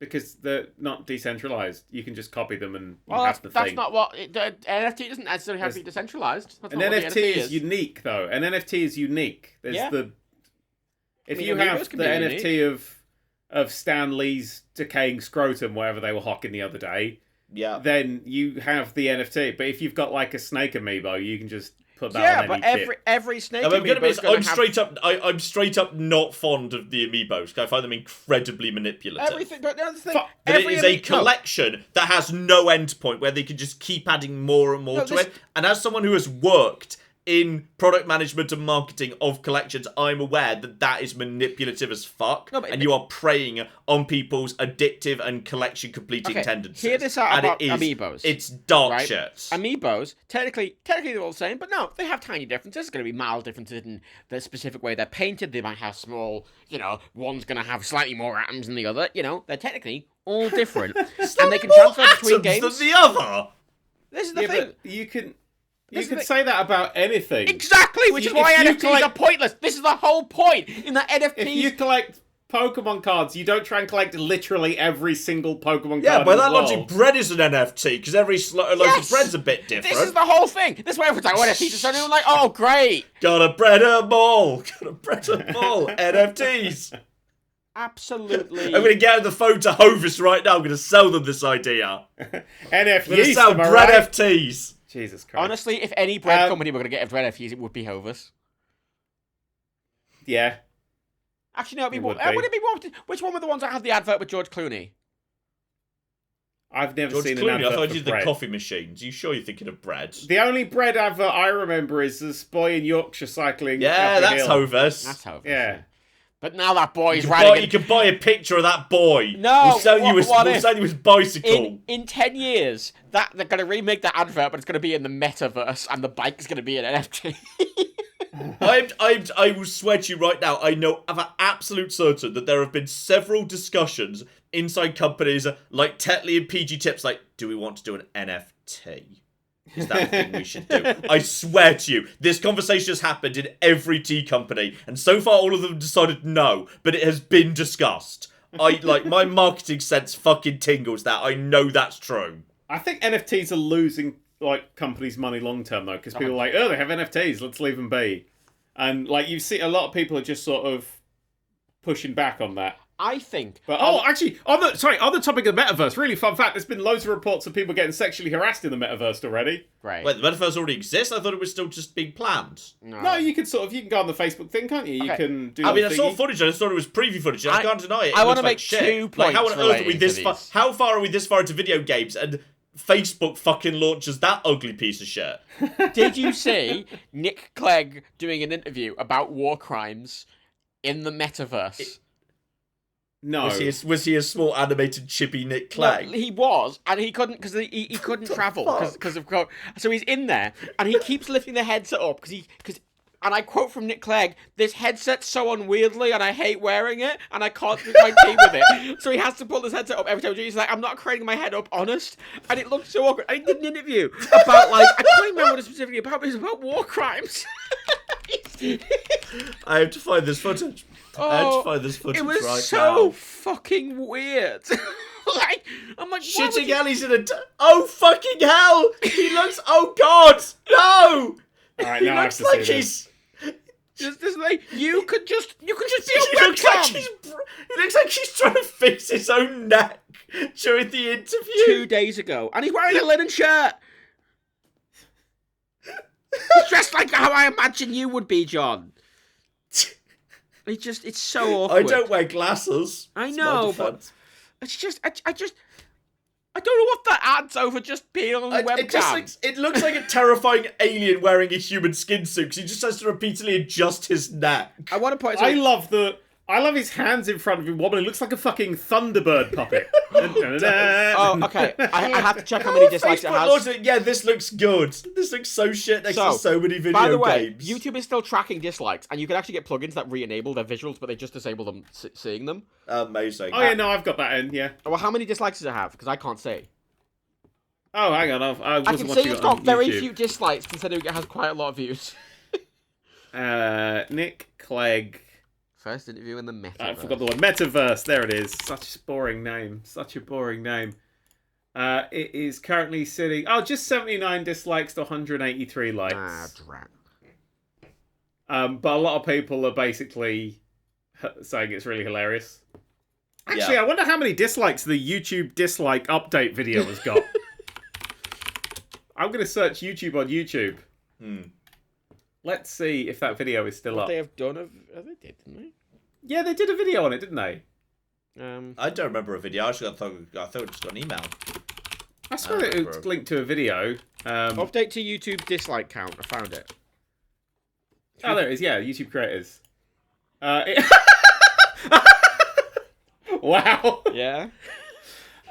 27,000 likes. Yeah. To 495,000 dislikes. It's That's like not the worst ratio that's existed in YouTube pretty history. bad, Definitely though. not. It is bad. The little bar at the bottom is like 4 pixels of positivity. So it's only got 3 million views, so that means 1 out of every 6 people that watched this video disliked it. That is an incredible dislike ratio to view count. Beautiful. Absolute fucking idiots. That is a terrible fucking idea, by the way. Let's just, as YouTubers, let's talk about that fucking catastrophe. Apparently, it was to stop harassment. But I'm like, that doesn't. It's had the benefits are incredibly modest, and the drawbacks are huge. Because it makes it hard for a viewer to look at a video. Because if a video's got loads of dislikes, you as a viewer go, why? What's wrong with it? And it's this big... Yeah. It's a big representation. False information, out-of-date stuff. Like, if I'm looking up a tutorial on how to, take apart a fucking Hoover or some shit, it'll be on YouTube. If it's got loads of dislikes, that means it's a terrible tutorial. I'll be like, I'll find a different one. Yeah. It's a really useful tool, and going, it's going to get rid of harassment. That's just like, no. That's not getting rid of harassment. You're doing that just because you probably bring back fucking YouTube Rewind and you want to survive it. Yeah, but do you want to know the nerd reason? Nerd reason, go. YouTube hates people who bounce off videos. Because a person who watches a video and then bounces straight off, they want watch minutes, and they want average view times to be good. They want engagement. Fuck you. So if you come to a video and there's something that's visible on screen straight away that's going to make you say, "Oh no, fuck that." They don't like that. They want you to get engaged in that video and watch the whole thing through. So, extra fun fact, that is why we had the mystery videos on our channels, because it meant you kept watching YouTube. So our videos got pushed a lot higher because you were suddenly watching something on a completely different topic, always dipping into different topics. And that pushed our videos fucking to the stratosphere, because if you watch one of my videos, then afterwards you're watching something completely different. So it had such a high click-through rate, and also was going to completely different places, that the algorithm wasn't able to cope with the concept of the mystery video, and pushed us. That's why I was on the front page all the fucking time because of the mystery videos. You can actually do that now again, with the modern end screens, and I'm curious to how the back end would even handle that sort of same thing now. It's all view-based now. It's not like it used to be sort of proportionate to your views, but now it's actually just solid, dense views.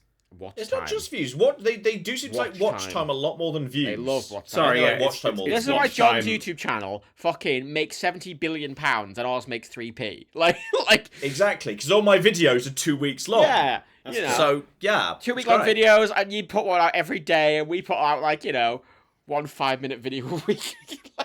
Yeah, we put the effort in to edit it down, so it's, we don't have Oh my god, the... you have no idea. John records for 4 hours for an hour-long video. That's a... I hack them down more than I used to, though, and it does... you've got to pick the sweet spot, 'cause if something's too long, some people look at it and go, I don't want to watch that. So shorter gets more people in, but longer YouTube likes it more. So it's really difficult. And I think the sweet spot's somewhere 40 to 50 minutes. I think the sweet spot is 15 minutes, and fuck YouTube. Okay, you want to know what I've decided. No, you want to know the annoying thing which sort of disproves all of this? The most viewed video on the NerdCube channel since the logo change, 5 years ago, was the fucking 8-hour Desert Bus video we did. But that's because people rewatch it over and over again and have it on loops and shit. I don't know why. I don't know what's wrong with those sort of people. Fucking hell. I mean, I did look at the watch time for it, and the graph is very interesting. Where I saw that. Yeah, you sent it to me. It's wild. Yeah, it spikes at the start, the middle, and the end, and the rest is quite low. People click to the middle. Are views counted weirdly if people skip? If they skip forward, does that count as a different view? No, it counts as a view. Could that be it? No, it is counting the views correctly. It's just got probably relatively low watch time. Watch percentage or whatever the fuck. I don't know, man. You're the analytics boy. You sent me the data, and I was confused. I was very confused by it. Yeah. It's really weird. I could not reasonably explain it. Yeah. People are strange. You listening to this right now, there's going to be lots of comments being I've re-listened to Desert Bus 17 times. Look, I spent a lot of time thinking about analytics. I'm still fuming right now that fucking Up Is Not Jump is squatting on my Fallout organic search results. This fucking Fallout 3 video. Get the fuck off my lawn. No, his Fallout 3 video got age-gated, so it's going to plummet, mate. Oh, we live in hope. Can I just say... I think that was so harsh to him. I watched that whole thing through. I don't think there's anything in there. I think, John, deserves age-gating. We had a We Are Fish video age-gated because the word... Was it ass was in the description? The word ass, ASS, was in the description, and they age-gated it because of that? Yeah. Ridiculous. But also, I want to make a brief point to everyone here. I am very much on the side of good old H-bomb and Up Is Not Jump on the Fallout 3 discussion. John. You should watch that video because he actually comes really positive on Fallout 3. I want to also It's say called that... It's an absolute nightmare because that's what the series is called. He complained about it the entire video. Huh? He complained about Fallout 3 the entire video. Yes, I just want to say... The final third where he's wrapping up talks about how a lot of it's good. And he likes it. I watched half of that video when it came out, and I had to go do shit. So I saved it, and I've come back to it, but I can't watch anymore because my age isn't verified on YouTube. Oh yeah, for some reason, you and Rebecca are being asked to provide like government-issued ID to YouTube to prove you're an adult.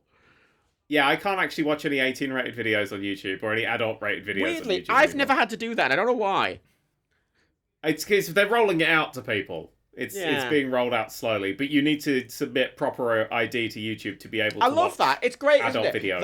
That a video can be the Iron Fish video got integrated because the ass in the title in the subtitle. Yeah. So I removed it. Then I appealed and then they went no, we've denied the appeal. So I re-uploaded the video identically without ass in the subtitle in the description, and it's fine. Yeah. So they'll age gate a video for literally nothing, then deny the appeal, and then require that anyone watches that has to provide them with an ID, which is ridiculous and scandalous. Yeah. I mean, the real fun thing is that they have been paying me a wage. They've been paying me money because I own, a channel that makes money, and they've been paying me that money for over a decade when I confirmed that I was old enough for them to pay me. Yeah. And so they've been paying me money That's a good point. for so long that I don't understand why they can't just verify me from that.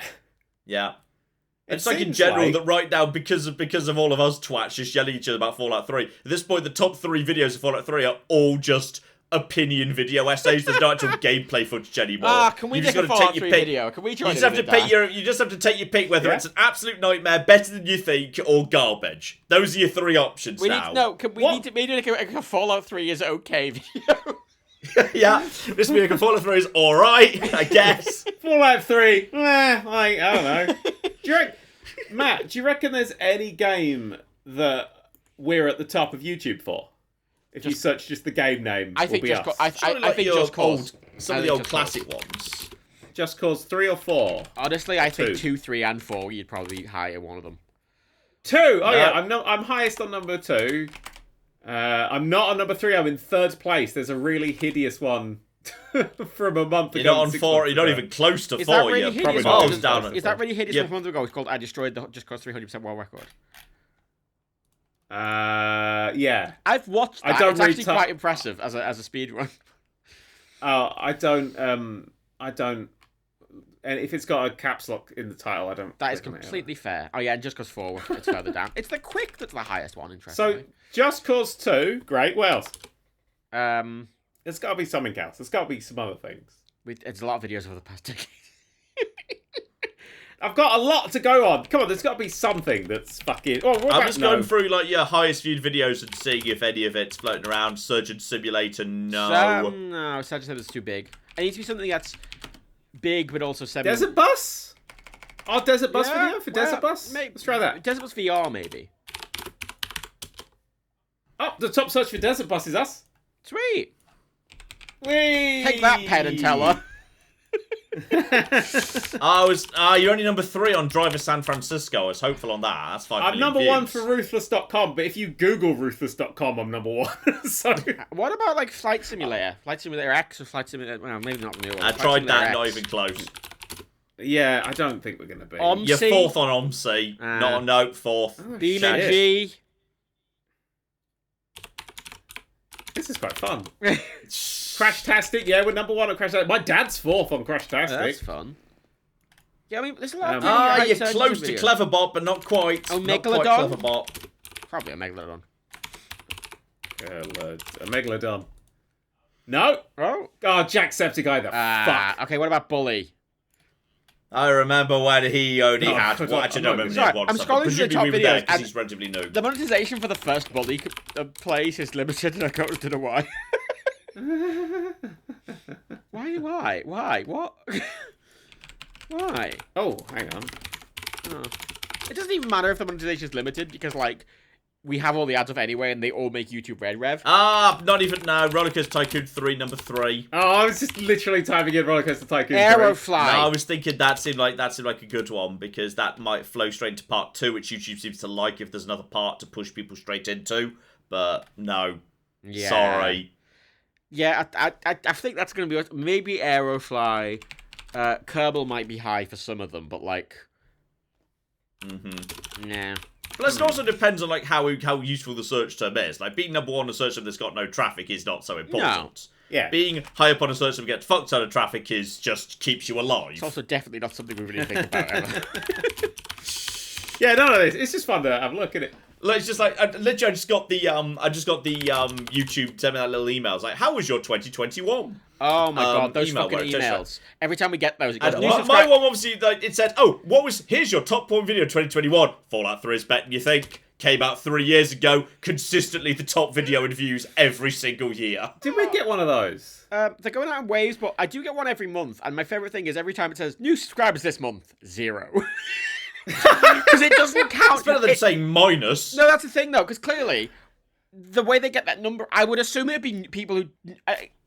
It's just doing it based on the plus or negative rather than going how many people have actually clicked the subscribe button this month, ignoring how many people have unsubscribed. It doesn't do that. It's just purely the plus number, and it always just says 0, which is, I'll admit, a little depressing. But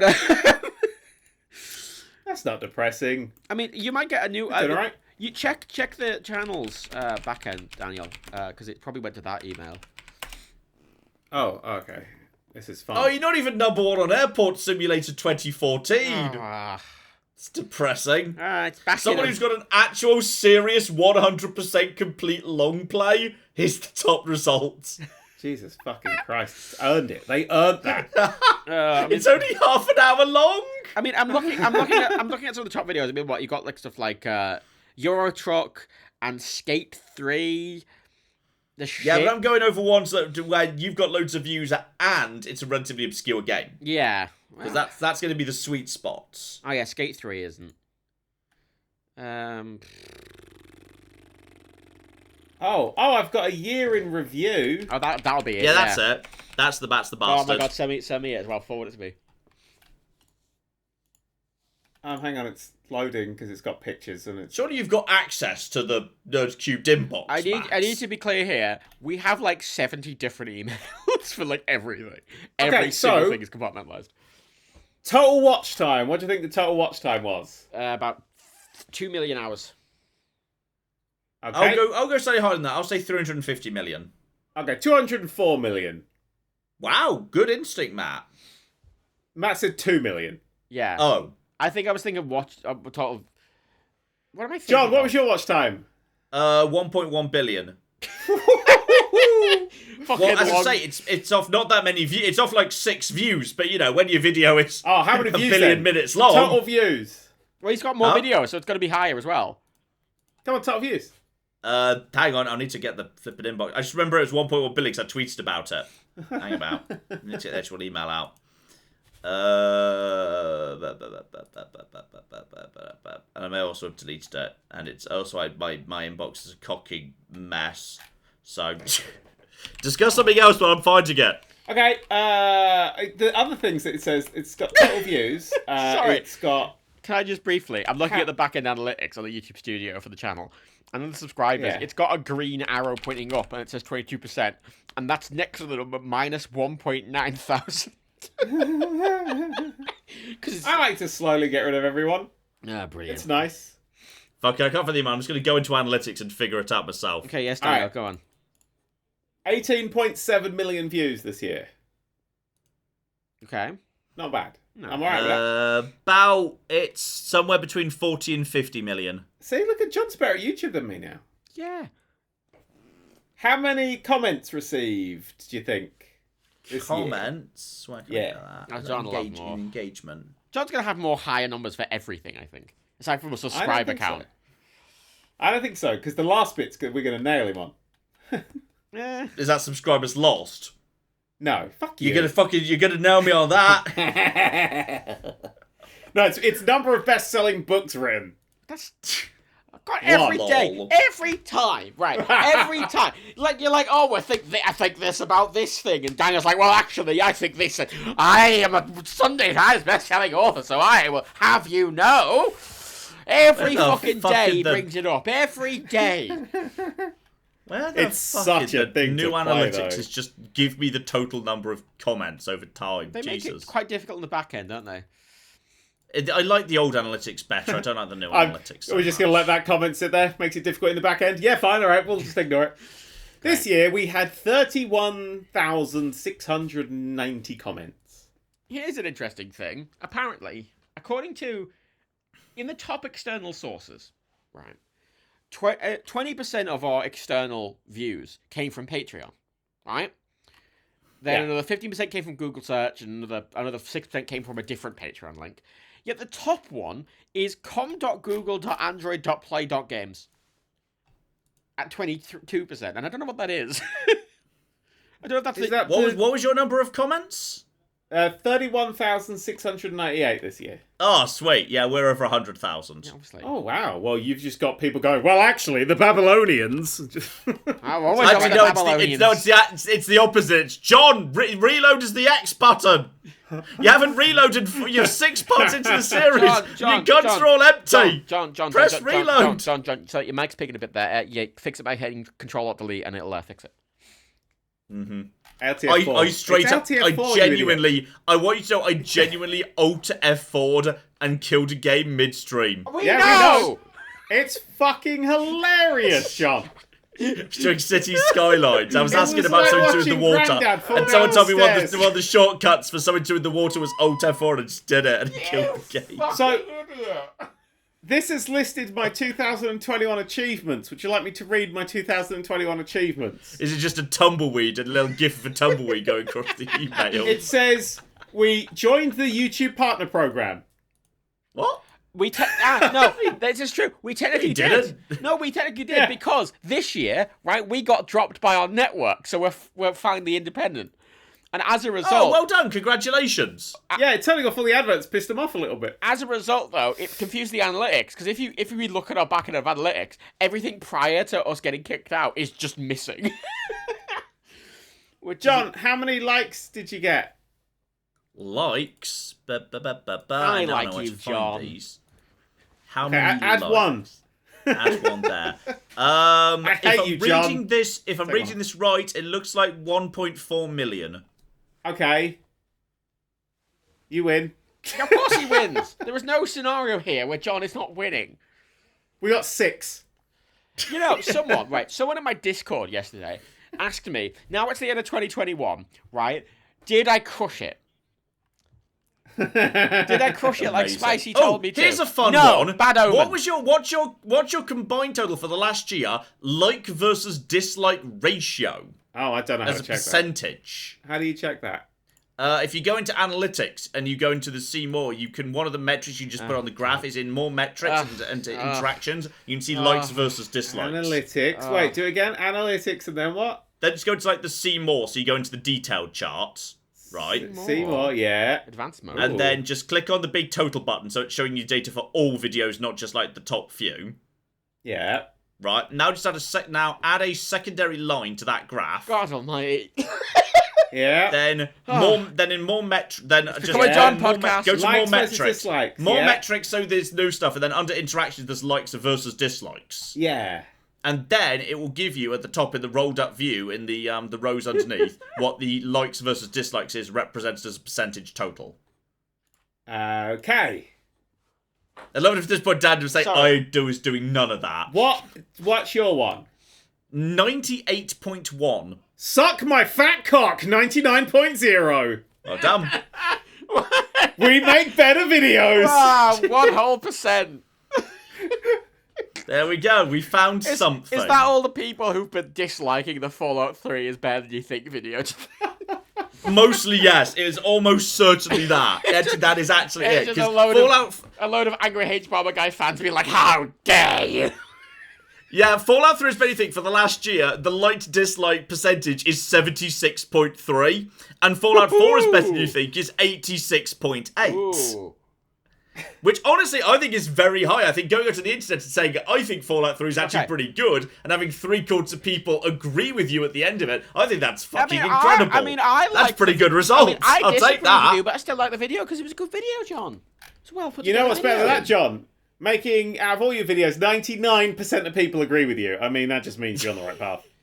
I wonder if I were to exclude them, how do I exclude That's cheating, them? John. Huh? That's like saying I would have done it if I'd have just get rid of all the every... I wouldn't have got arrested if it wasn't Wait, for those hang darn on. kids. Oh, no. You would. Oh, shit. Because in general, almost every other video of that is about 99%. So we just take out that video where I would said deliberately controversial things.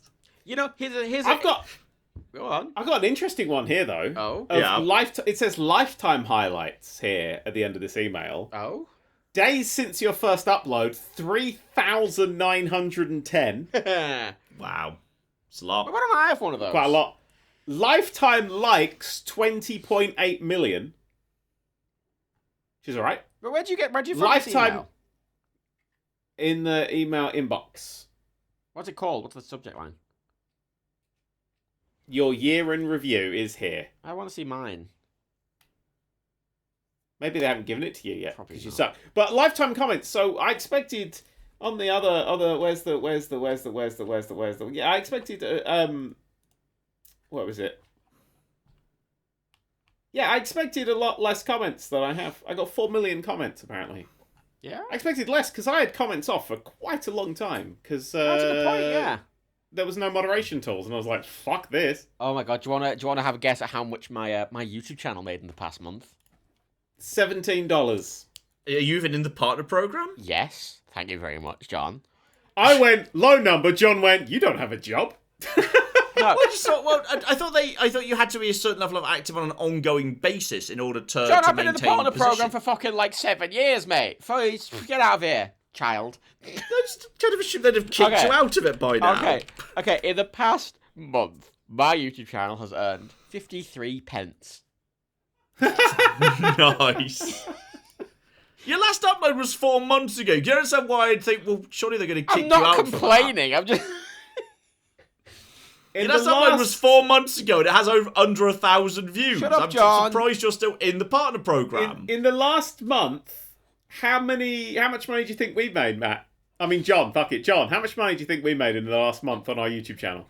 Oh, the ads well, are Matt turned just off. made 53 pence, so 54? Correct, 54 pence. It was £600. Nice. Thanks, That's pretty YouTube good. Premium revenue. That's literally all it is, because we don't got none of them ads. Yeah, it's quite annoying actually because you can't enable YouTube Premium. So you have to turn on monetization, then I have to manually untick every type of advert to enable YouTube Premium revenue. Which I'm having a lovely time now. The podcast is just about discussing data analytics. Yeah, I mean, this is I our mean, year this in is the review. best podcast. Yeah, This is the year in review. the end you of know? year one or the start of year one publicly. It was either that, or we'll have to talk about how the fact that me and Matt were stranded on a motorway last night. I have a rant prepared about doorbells. Oh, I want to hear your doorbell rant. Yeah. Shit, go. Let's do doorbells. All right, so let's talk about doorbells for a minute. All right, let's fucking talk about doorbells and how society, when it comes to doorbells, or in other Society. ways too, has been going backwards for years. At this point, we have fucked a system that works perfectly well. All right, because let me tell you what happened. Back in Which my is day, Claire we got had a really caste system. Claire got really into the idea of like a smart home thing, Yeah. where like the doorbell was going to be fucking smart. And I was like, I don't know why you want the doorbell to be smart, but if you want the doorbell to be smart, I'm fine with it. All right, let's have a smart doorbell. So she got this doorbell. And it turned out that what this doorbell is a wireless doorbell that you put on the front door, and using the magic of the internet, it will broadcast to little tiny things you can carry around with you that are also wireless. And then, so when someone comes to your door, they ring, so you can take it with you. John, can I ask a wherever you question go. briefly? Yes. Why are you explaining the concept of a video doorbell like it's never been conceived and that we've never heard of it before? Because some people might John, not know about you know what my this, first alright? job was? It was installing smart home devices. Were you a doorbell salesman? I was installing video doorbells into disabled people's homes for accessibility purposes before you could even get these consumer ones, John. I fucking know about video doorbells. Well, some people at home might Your not, but now first they do. job was But here's smart here's the problem. No, here's the smart home. I problem was flop. with that entire I was system. building floppy disks. I was installing... Here's the problem with that system. Shut up, both of you. We need to get to the fucking problem. The Yes, let's do the problem problem. is the number of points of failure. Because if the battery goes on the front door, you haven't got a doorbell. If the battery goes in the ringer, you haven't got a doorbell. John. If the power goes out, killing your internet, you haven't got a doorbell. John, can I If ask the internet fails, even though power remains, you haven't got a John, can I doorbell. ask a So question? basically, there are multiple John. scenarios where that fucking John. doorbell doesn't work, which has John. screwed us over on several. Yes. Why don't you hardwire the bell? Because the one we got was fucking wireless. John, Yes. why don't you just have a knocker? Well, this is what I'm getting to. If we go back in time, if we go back in time to how doorbells used to be, when doorbells... Shut up, Matt! No, if John, we go no, I'm back not in letting time you- to I'm how not letting you- doorbells used to... I'm not giving you this attack on smart doorbells. I'm going to go back slightly because you, clearly, the problem here is that you've just bought a shit smart doorbell. Not the doorbell. Yes, that is part of the problem, and I've got a different one. A good smart doorbell, right? You can hardwire it in, and it communicates wirelessly to the ringer, not through your internet. So it doesn't matter if your internet's down; it'll still work. Doesn't matter. I mean, if your power's out, a normal fucking doorbell isn't going to work either. So, oh my Well, god, John. that's what... No, that's what you say. But there's plenty of doorbells back in the day that you just have a little battery, where the the battery kinetic runs energy out. of pushing the The button battery helps runs out. You've recharge just the been battery. complaining about batteries. Do you want a battery or do you Yeah, not but want this- a battery? John No, wants here's a what I want. crank Because on the front back of his 200 house like an old years car. ago, before we even had electricity, you had a little door pull where you pulled the thing and it made a bell ring. And you know what doesn't go down when there's no electricity? String! String doesn't go down when there's no internet. String still string works. has multiple The bell points of still failure. works when there's no electricity. Yet for some reason, we had a system hundreds of years ago that worked perfectly and survived John. any natural disaster short of the house fucking falling John. over. And we decided, no, let's John. add more points of failure. John, the advantage of a video doorbell is that you can look on your phone and see who it is, and even if you are 100 miles away, you can answer the door and talk to the person. Yeah, but that doesn't actually help. That doesn't help me if what they've got is, hey, I've got a package that I can't put through the letterbox. Say, yeah, I can see how that'd be a problem because clearly, John, having me as I'm calling on your phone, I'm not there to open the door. So I guess we can commiserate together about what a situation I can't in any way help this is. Have you perhaps considered, I don't know, buying a external lockbox with the preposterous in it? They're a thing you can buy. You can answer the door and be like, hey, put it in there, here's the code, and they go, yeah, cool, put the temperature, and off they go. John, Yes. a doorbell that's string attached to a bell has multiple points of failure because the string will be slightly exposed I to will the be elements using and could strong rot string. away. I will be using quite strong string. Well, strong Maybe even a string rope. can still I have a break. question, John. A What rope. if, what if there's a storm and Do it you want happens to keep fucking- pulling on the doorbell? Do you want to like people to ring your fucking doorbell like Quasimodo, just like dangling up a big fucking bit of string? I think people would enjoy that. Fucking I just, postman's like, oh, I fuck just it. think a string with a bell on the end is a better solution than a fucking smart I mean, doorbell there's a is. middle ground here in that you could have both in one device. Yes. Well, if you want Claire, push the advancement of technology. If you want John, ring the bell. No, I think, What you- genuinely, no, what? I'm a massive tech wanker. I love really advanced tech, but I also really like analog backups. So both. Just have both. Why not don't, both? right? On the back of the bell, so you push the button for the bell, but in pushing the button, it's got a stick at the other end that goes into your house and just hits a bell. Yeah. So every time that it just ding, ding, I'm down ding, for ding. that. Yeah. What I realised was when I was looking into the history of doorbells, got really into this, is plenty of old doorbells, when you push the button, the kinetic energy was converted into energy, which I thought Yeah. was really cool. That's really clever. I like that. Yeah. So it just worked. That's how my smart stuff works. I've got smart things that by pushing them it charges the batteries. Yeah, which I thought was like, yeah, that's really cool. So Yeah. there's not like 16 different points of failure in this And I've fucking got- doorbell. I've got that a solar doesn't fucking panel work. attached to all my security stuff. Runs off solar power, charges up into a Oh, battery. but which is always Daniel, full. if the sun explodes, then what will you do, you fucking idiot? So hang on, does that mean if it's cloudy, your house is just open? No, because solar panels work in the cloud. And also, there's a thing What called about at batteries night? that Which is, I mean, in all charge. fairness, the problem is Yeah. most burglaries do happen at night. Yeah, but the cameras are still on because it charges enough during the day. Even in overcast weather, John, because it God, are you requires actually really a tiny Victorian, bit of power. just fucking He is industrialist? definitely a Victorian ghost. I'm just saying, he is a Victorian ghost. I definitely feel like I'd be more John, comfortable with a door John, opening your system that entire was a rope career with a is bell based on the around end. making videos on video games that you have to upload to the internet, and you're like, oh, I hate these doorbells that require electricity. I do. I hate a doorbell that requires electricity. I've bought a new one that's a wired-in one, so it at least we've got rid of one point of failure. Okay, you could buy a UPS for and it we've as added well. another one. You can buy a UPS for it if you want to get rid of the possibility of A what? A UPS. A United States Postal Service? An uninterruptible Yeah. power supply. It's basically just a big fucking battery that you plug certain appliances into, and even if your power goes off, it kicks in and can provide power to them for a very long time. Or you could do what I do, because I live next to an old coal plant, and I just run an extension cord from it to my house, just in case I need it. Sensible. Just I mean, the advantage of coal power when you think about it is you know when it's about to run out because it's getting cool and like the flames aren't as big anymore. Yeah. And you know when solar panels are running out, I can see the sense in that. Like, the thing is, I think there's got a battery in it. When it's full up and when it's about to die, it looks about the same. But when your coal factor is almost out of coal, you know. I can't put a coal factory in my know. phone, though, can I, John? You can imagine the conversation John says, John, I think we got a delivery today. Shovel another few bits of coal on the fucking... on the Barbie? What the... I mean, you'd know, but the thing is, you would know that you had power. Because, like, okay, how much energy do we have? Okay, how big's the pile of coal? Oh, it's up to my head, we're fine. So, you know, you'd know how much power you had. I enjoy the fact that the coal's in the know room when it was with about you. to run out. I think Have you- every house running John! independently on its own little coal plant. You would are be fully fine. aware that batteries have a battery life on them. Yeah, you Yeah, just but then, check it. but then we lock the battery inside stupid things like phones so we can't see them anymore. Well, no, but My phone has a I don't changeable mean battery. they're physically written down on the battery. You fucking idiot. You have Well, to some get it out batteries and do that. squeeze two There bits used of to it be together. no batteries in Duracell where you did like put a little thing, you squeezed them and they said on the side Yeah, how and much they didn't juice they had in them. fucking work. I have batteries that are definitely dead, and they're like, 75%, mate. And I'm like, waste of time. Point is, John. I like those. I'm not sure they work or not, but I was always fond of them. My 'Cause battery's I at liked knowing how 98%. much juice there was in a battery. On my doorbell's at 98%. I just checked it from here because I can, because that's what the technology is good for. John. Yeah, John but if John's there was only happy if there's a truck like with a fucking sloosh on the back of it that spew coal into his basement. Just like that. That's what you want, isn't it?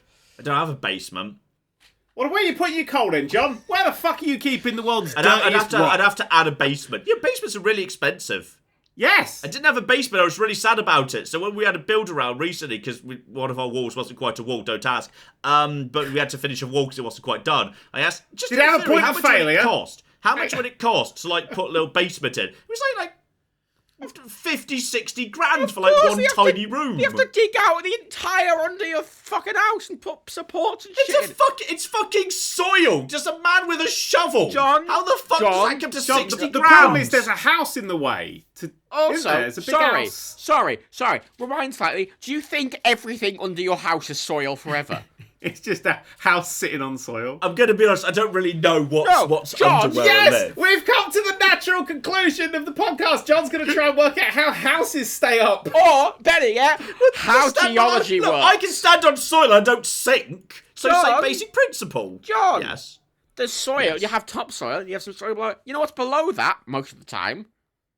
Bit of clay. Often just rock. Rock. Okay, that's probably harder to remove than soil, yeah. Yes. It's not just Like all dirt. But how deep does just dirt go? Not Just out that of deep interest. usually. Not that deep. No, not usually. Well, where did all no. this soil come from? Why is there just a light dusting of soil on top of the earth? There's it come concrete. from? You're on concrete. You'll put down a big thick layer of concrete. You'll have walls and probably fill them with concrete, and that will Well, be that was your a foundation of stupid your house. mistake. We should have left a hole in the middle of it just in case you ever wanted to put a basement in. Jesus Christ. Dumb. Every house should come with the potential, like it should be a future-proof house where you leave a little hole and you you put a little dot around. It's like if you ever want to put a basement in, this is where you put it. We left a hole in the foundation because that's not going to make much difference, is it? Most of the house is still going to be on the concrete foundation. Just leave one little hole in the middle. Yeah, one little hole in the middle with no foundations underneath it. Yeah. Well, At there's that point, there's a lot of wall on top of it. That's not a problem. Oh, it's called a That'd be a sinkhole. problem. It's called a sinkhole. Why would that be bad? Well, I'd cover Why it would it with be some bad? carpet. I'd put some wood and a carpet Mate, over it. why I'm would not it gonna be I'm not bad gonna leave if it. a I'm whole- not leaving like soil in the house. Why would it be bad if But a it would whole be nice chunk to of kinda your grow house had something. no foundational support? It That would actually be fine. that It's would be sitting kind on of dirt. fun. John, no, dirt this is doesn't actually this is a good compress. idea. John. Instead of a big square foundation, leave a big square in the foundation that's empty. Then you can have an John. internal garden, John. like a Roman atrium, John. where you can just have an open roof. John. Oh, that'd be amazing. Can I make a suggestion? Yeah. There's a Yes. YouTuber called Colin Furze, and I know for a fact... Colin Firth? Colin I Furze. heard Colin Firth. Furze. He was in that film. He is doing a series on his YouTube channel where he is digging a tunnel under his house by himself. And it's taken him a year. You see, that's what I want. I feel like if I just hired a guy to start digging, can't possibly come to 60 grand. It's Can I taken just him a ask, year. mate, he's not prisoner. He's not prisoner, is he? Hey, what's up, guys? Welcome to Cell Block D. We're digging out again today. No, he's one of those YouTubers Got that's like, behind the "Oh, poster, got my spoons. you know why? He wants a tunnel that leads from his shed to his house. Uh-huh.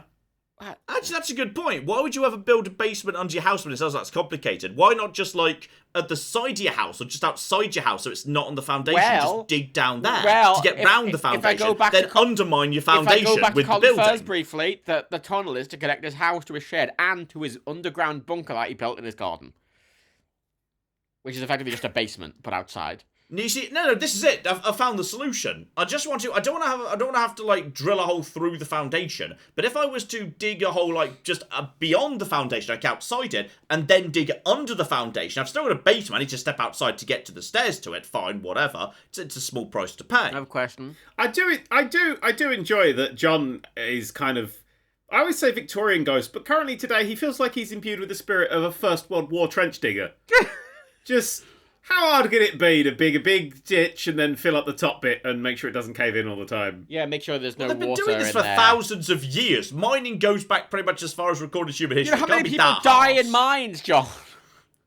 Okay, but see, the fatality rate in mines has been very high for most of human history. Right, so you've That's true. dug this That tunnel. is Now, how do true. you stop things like water seeping into it?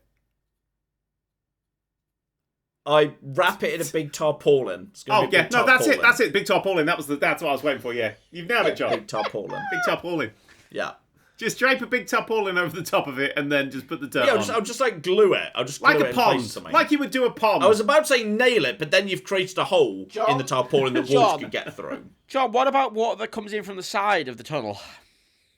Well, that's why it's a It's a- tarpaulin, he because did it's say a a big flexible material. tarpaulin, I can have it on the walls and the ceiling. And then the floor, I'll just put down some wooden flooring and put some carpet over Right, the top. but It'll be here's the really question. cozy. So, water leaks Yeah. through, right? And it goes into the Yeah. tarpaulin. No, it doesn't because of the tarpaulin. No, but it has to get to the tarpaulin, right? So it gets to the tarpaulin, and the tarpaulin, it Yeah. hits the tarpaulin, and then where does it go? Then it just along the tarpaulin, because the tarpaulin is along the tunnel. It's going to go either left or the right, depending which side the tarpaulin it is, and then just flow around. How is it gonna my flow new around? Basement. Because it can't go anywhere else. So we're just saying. So you're saying that you're gonna have a tunnel, and then around the tunnel you're gonna have a tarpaulin, and then around the tarpaulin you're gonna have a load of dirt, and it's gonna be above ground, right? Well, the tunnel's not like a perfect square. The tunnel's going to be like an arch. It's going to have a curved matter. top to facilitate John? water going either way. John, Yes. what's Yes. on top of the tarpaulin? Well, that's just like the ground above. Yeah, The tarpaulin's The ground. like glued to the ground. the ground. Yeah, ground. The dense ground. You Yeah. know, water flows through ground, not just straight. It's not like a roof. yeah, but he's Yeah, wrapped but it it in a can't get through my tarpaulin. tarpaulin, can it? It's like cling filming a sandwich. Yeah, exactly. Perfect. Would That's you, exactly and the right would you analogy. drop your cling film sandwich in a lake and then eat it? Because I imagine it'd be wet afterwards. I'd probably unwrap it first. Yeah, but I imagine. I don't actually know whether that sandwich would be dry or not. No, I you wouldn't probably be- I it wouldn't be probably 100. wouldn't, you know, because cling film isn't fucking vacuum sealed. Well, that's why I'm not wrapping my tunnel in cling film. I'm using a fucking tarpaulin. It's basically idiot. the same Pay attention. thing. Keep up. No, it's not. It's thicker. Blatantly not. It's thicker. I'm telling it being thicker. Next time you want to buy a tarpaulin, I'm going to bring a little roll of cling film to your house and I'll sell it to you for the same price as a tarpaulin, you stupid twat. Well, you know what? No, I'm not engaging with this absolute delinquency anymore. I am. So, John. Yes. If you're building a basement out in your garden, Yeah, sure. Like an old bomb shelter or something. Yeah. Yeah, but you're building it so it's a new bomb shelter. Yeah. Out in your Mine garden. will probably be quite old-fashioned. Yeah. Why don't you just like save a bit of money and just build it on top of the ground? Because I want to have it underneath. Why? The house, Why? But not have to Why? drill through my own foundation. Why? 'Cause apparently that would be bad because that's a sinkhole, whatever that is. Why do you want it underneath the house? For the view. Just do. Just it's got windows in it. It just pulls it out as a fucking worm going past. Morning! John Wants to struggle with water tables and he wants to struggle with ventilation. John, Google Colin Furze and look at his bunker video where he does literally what you're describing himself. It's a nightmare, hang on. and he's an engineer. He's I'm an actual just qualified just Why don't we engineer. just him. add a story? he looks, he looks pretty good just after he's come out of a lake. He's not a sandwich, John. What? So I was back to Colin Firth there.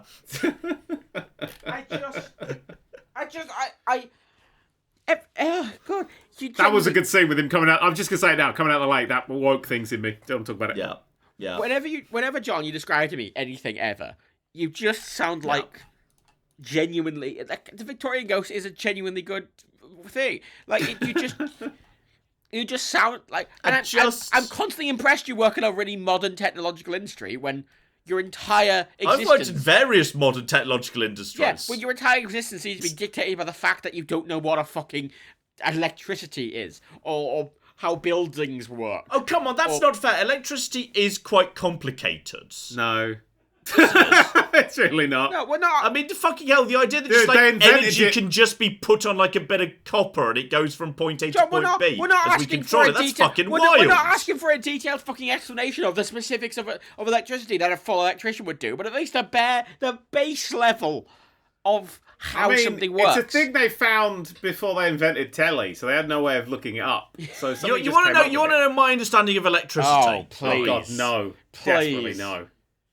Okay, so I know that there is, well, okay, not necessarily, but I'm vaguely aware that there is like an amount of energy in the universe, right? Oh, this is a really good start.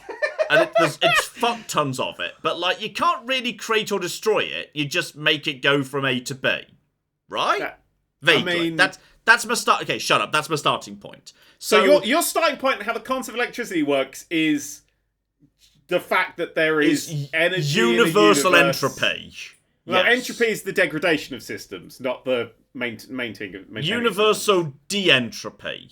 Neither is this happening. energy is fading away. You're just saying it's consistent. That there's the same amount of energy. That's what you just said. Universal consistent entropy. Yes, exactly. Do you know what E equals MC squared means, John? Oh, here we go. He was yes, Daniel's been asking. We discovered that this was in the old PodCats. This was in the old PodCats. You're retreading old ground there. But my understanding is just you have to change energy from thing to thing. So, like, if you burn some coal to make some steam by heating up some water to turn a turbine, then that goes. Then I'm not 100. Okay, then I'm not 100% sure. Somehow you hook that up to a battery and you store energy. But like energy's gone from chemical to kinetic to electric. Yeah. But that electric bit, that's the bit that fucks me over because I'm not sure how you get from I'm making a thing turn to I can now store that in some form of battery or capacitor so that I can release it later. And the bit that completely loses me. John, it's a magnet and some copper wire around it. That does not help me in the fucking slightest. Literally how it works. You attach a turbine. You're a fucking magnet with some copper wire around it, you stupid twat. I like the idea that John assumes that people looked at thunderbolts hitting the ground and went, "What was that?" Then I don't care. And that was it. They couldn't work it out. It was impossible, even though it was visually there all the time. It's like you just can see electricity occasionally in the sky. Yes, but I'm pretty sure those same people didn't say, oh yeah, you know that thing occasionally when there's a massive bolt of nightmare light that destroys things that falls out of the sky. Yeah, Tim over there's just rotating a thing, and that's generating the same thing. Completely the same as lightning. Well, no, this is the whole... Tim's fucking this is little the whole turbine. reason, John. Tim's put a water wheel in the river. Oh yeah, that's lightning over there. Fucking hell, we've nailed it, boys. This is why the Industrial Revolution was considered a revolution, because finally they figured it out. I went, oh fuck, it's great. It's great. Wow. like, John, I'm you going know to be honest, I thought electricity was after the Industrial Revolution. You know when you rub a balloon? I thought, like, all the machines in the Industrial Revolution were, like, being powered by, like, say, steam turbines that were actually local and attached to the same machine. They were, but actually generating electricity from was also a thing that was discovered during the Industrial Revolution. As part of it. Okay, good. I wasn't as far off as I thought I was there. Okay, good. 1879, I want to say, Thomas Edison. 1879? Yeah. Electricity? I mean, electricity was a thing for a while, but it didn't get into mass thing until about, I mean, I know the like, you know, back in the ancient world, they kind of were vaguely aware of static and had started to come up with some theories about what the fuck was going on there. The amount of hieroglyphs where the pharaoh's getting a balloon rubbed on his head. He's like, what's going on? Oh, you're going to love this. Genuinely, there was evidence of ancient batteries. Yeah. Yeah. In big pots. I don't know. In big pots. Big pots. They used to do water, didn't they? Just took electricity around in a big amphora. I do. Just, I mean, I like the people. Really fucking dangerous because there's a lot of water around that boat. Yeah, well, they looked at water, didn't they? They were like, "Water's going. What if we put a big wheel in that makes the thing go mash, mash, mash? It'll make our growing bread easier." Yeah, and then you've got kinetic energy to just transferring kinetic energy from one place to another. But there's a big step from that to how do we store this as electrical energy that then we can convert it to anything. I'm still completely clueless as to what electricity is. Sorry, John. It's a movement. Is it like potential energy? Is it potential compressed energy? No, you fucking Burke. It's just a movement of electrons. So it's that's compressed electrons. They're like squeezed in there, waiting to get out. Squeezed in there.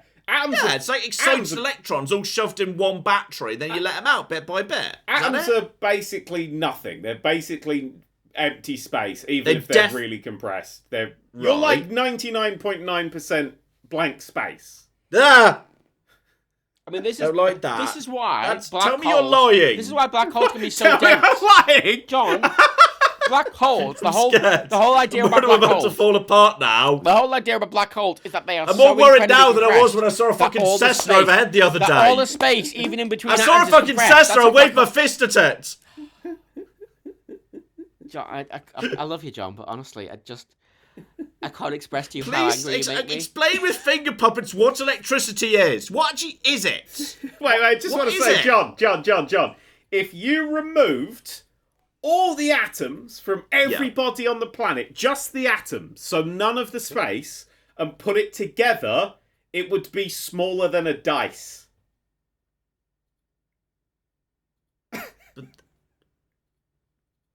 I don't know how to react to that. I don't like it as a concept. We're empty space and hang on, no. Surely it would be smaller than that, because isn't the whole point, like, every atom in the entire universe was at one point just, like, in a space infinitesimally tiny? I don't like to think about that bit. That's getting into very deep levels of just the atoms just on our planet would fit into a space way smaller than a dice. We're talking about black holes. If you compress the sun into a black hole, it would be the size of it'd be about the size of Earth, wouldn't it? Well, then how does it all fit into one like tiny space during the Big Bang? Well, we don't know. This is a whole other thing. Well, you're fucking useless, aren't you? The Big Bang is a theory that we're pretty confident about, but we can't look at it, can we? I don't know. Get on with the fucking time machine, you lazy tits. What the fuck is science even doing? We can look most of the way there, because obviously the further we look out into space, the further back in time we're seeing. John, yes. Gravity's a theory. You know that, right? Surely that... no. Surely there can't be any scientists who are like, guys, actually... John, I don't believe in gravity. John, we observe the effects of gravity, but we don't observe gravity itself. Yeah. But isn't gravity just a buzzword term for, like, the effect that of all mass has on all other mass? Yeah, but that's the theory, is that there is an effect on it, but it's not a... Like... When astrophysicists are trying to figure it out... It feels like a fairly immutable, basic, observable force of the universe. It is, but by itself, it's... So, we don't know why it happens. Just tell me what electricity is, you cock! We did, Daniel just explained... We have explained it to you! No, he said take all the atoms out of the universe. And No, we were talking That doesn't about- help me understand we how were a talking about battery positively works. charged What's fucking electrons. in a battery? What's in it? It's They literally... positively right. It just the atoms want to be perfectly balanced, like Thanos. They want everything to be perfectly balanced. If you fuck them up and make them all like positive and shit, their electrons just fuck on for a while, and that push and give and all that sort of shit is electricity. Is this why elements react with each other? Because they want to have Yes. balance. Yes. Yeah. That's they what want their radiation electrons is to plug shooting into what each rust off other. other is. things. They want their electrons to plug into each other and form stable compounds, right? Sure, yeah. No, not entirely. No, just, Okay, it's let's close enough. let's say yes and move on. Okay. Fine, I accept that. I accept that basic principle. Next principle. I think you're a little more blank space than everyone else, John. John, can I... That's a very good burn. That's a high level burn. That's exceptional. That's Well quite done. a low level burn, more specifically, if we're going to be... I tip my hat to you for that. That was excellent. Well done. John, what were you doing in like fucking physics class? I dropped physics as soon as I could because I didn't Yeah, understand but you it. learn this thing as like a fucking like John, key stage one child. John, you keep asking about batteries. Do you want to know how battery works? Yes. What? Do you want to know how because you keep asking about batteries every time you ask about Well, I feel like electricity. that's gonna be a moot point to understand what electricity is. Because okay, We've you've just just said to explained me it. atoms want to be calm. Fine. So what does that mean? Does that mean electricity is atoms that are all excited and jibbly around? No, it's the movement of electrons. Not atoms. Electrons. Not atoms. It's just their electrons that wiggle about because they're getting charged. They're negatively charged an electron, and Okay. they're getting dragged towards the positively charged. An thing. electrician. And some electricity is back and forthy, and some electricity goes woo. Okay, just to be clear here, there'll be some electricians listening to this going, "Oh my god, they're over some." It's most like everything. It's incredibly complicated, but the at the base level to understand No, it at it's the base. not. It's just electrons fucking on. That's all you need to know. Yeah, No, that that's doesn't it. even mean anything. That sentence doesn't even make sense. Okay, So John, hang on, so John, you've just got a whole bunch John, of atoms, can I- and some of them electrons are negative, John, and some of them no. electrons are positive. John, can I just briefly talk about God, I a give up. battery because it might help you? Yes, okay, go. I Batteries are rewired my heating this past month. batteries I rewired my whole heating. Yes. are really I've got simple. a GCE in this. Shut up, Dan. Batteries are really simple, right? It's basically 2 bits of metal Okay, great. and some chemical in between, right? Like, used to be lithium a lot, right? Oh, even the dogs know what I electricity mean, is. the new They're ones getting use whingy lithium, back but here. we had nickel hydride and All right, fine. whatever. Yeah. You have a metal of some description, which uses Yeah. a Daniel, help me. What's the name? That's the hard silver stuff that comes out the ground. Yeah. I was trying to think of it in the term of battery, whatever. And then you have a chemical in between, which acts as a medium. Sorry. That description of metal, and you complain that my description of electricity was electrons just fucking on. Yeah. It's basically the same thing. Thank you. You know how there's metals that aren't actually shiny and are soft, and you can cut them, and you can break them with your hands. Some of them are liquids too. It's very exciting. Yeah, well, the liquids are shiny, but you know, no. Like, effectively, when you get a battery, you're transferring the electrons through that medium into the they're in there. So the atoms have too many electrons in the battery, and they need to lose them somewhere. No, we're talking about positively charged, negatively charged electrons. So the charge needs to go somewhere. Yes. Right, John, I'm going to say this now. At some point in this, Matt's going to say the words cathode and anode. I'm just bracing you for those two words. Cathode and anode. Listen out for them, okay? Right. Here we okay. go. Cathode and anode. I said it. Couple words. Okay, maybe Matt won't be able to explain to you how electricity works. Here's the problem. Right. I don't think either of you know how electricity works. I think this is like Dan and the bicycle. I think he's got no fucking clue. Here's the thing. That because we are explaining it, and you're going, like, what? I'm genuinely trying to understand. Okay, this isn't a bit. fine, I'm trying to fine. understand. You know what? Let's look up how. Hang on. Let's Googling it. No, I'm looking up an explanation. Neither of you know. Neither of you actually know. We do. Yes! I've explained it to you. It's electrons fucking about back and forth. So an atom It's like that has a a big- finite, Here we not go. changing number of electrons. It's- It's just the electrons are jiggling about. Jiggling about, mate. Fucking mean- on. It's like a big poking stick John, made of electron If source. you want to go more And specific, after we're you going to talk about drain fucking them, after you quarks, but, drain like, the battery, are the electrons calmer? The Is that electrons the are all change? whizzing out, and they're all like, "Whoa," and then they go, "Whoa." Okay, settling. do the electrons leave, or do they just calm down because they're no longer charged? They get fucked on with, and they settle down. But are they still in the battery, just not charged anymore, or have they pissed off somewhere else with their charge? They're not. They're still in the fucking battery. They're just settled. So what happens is they release their charge when they move between the chemical medium, right? Yeah. But over time, the reason batteries degrade is because there is a little bit of leakage every time you move back and forth. Oh, you mean like that delicious stuff that occasionally leaks out of batteries? Well, that's the chemical. If they're really old. good. If That's they've the been- that's the chemical medium that's helping it transfer. It's a really basic explanation. There's a lot of electricians that get really annoyed in the comments, but like they I did. don't think electricians give a shit about electricity at this point. Okay. I think it's physicists that are up in arms. Yeah, right when I now. say electricians, I mean like the electricians that do physics calculations about electricity, not just fucking like people who are still wiring in houses. That's what I mean. Like electrical physicists. Well, there's probably a specific Cool. term for it. I'm trying to. Electro. I'm legitimately trying to find man. it like something like an explanation that is good for 3-year-olds.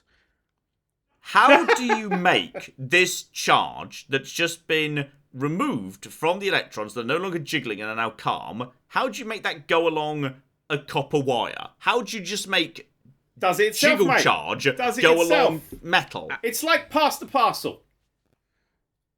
But why does it go in one direction? Why isn't it like Because- osmosis? Why does it get confused and get sluggish and get all and really slowly? will Why does it take go in the one direction? shortest Why does path. it zip along? It will take Well, the pass the shortest parcel. You what? don't fucking punt the parcel into the middle of the group, do you? You pass it one way.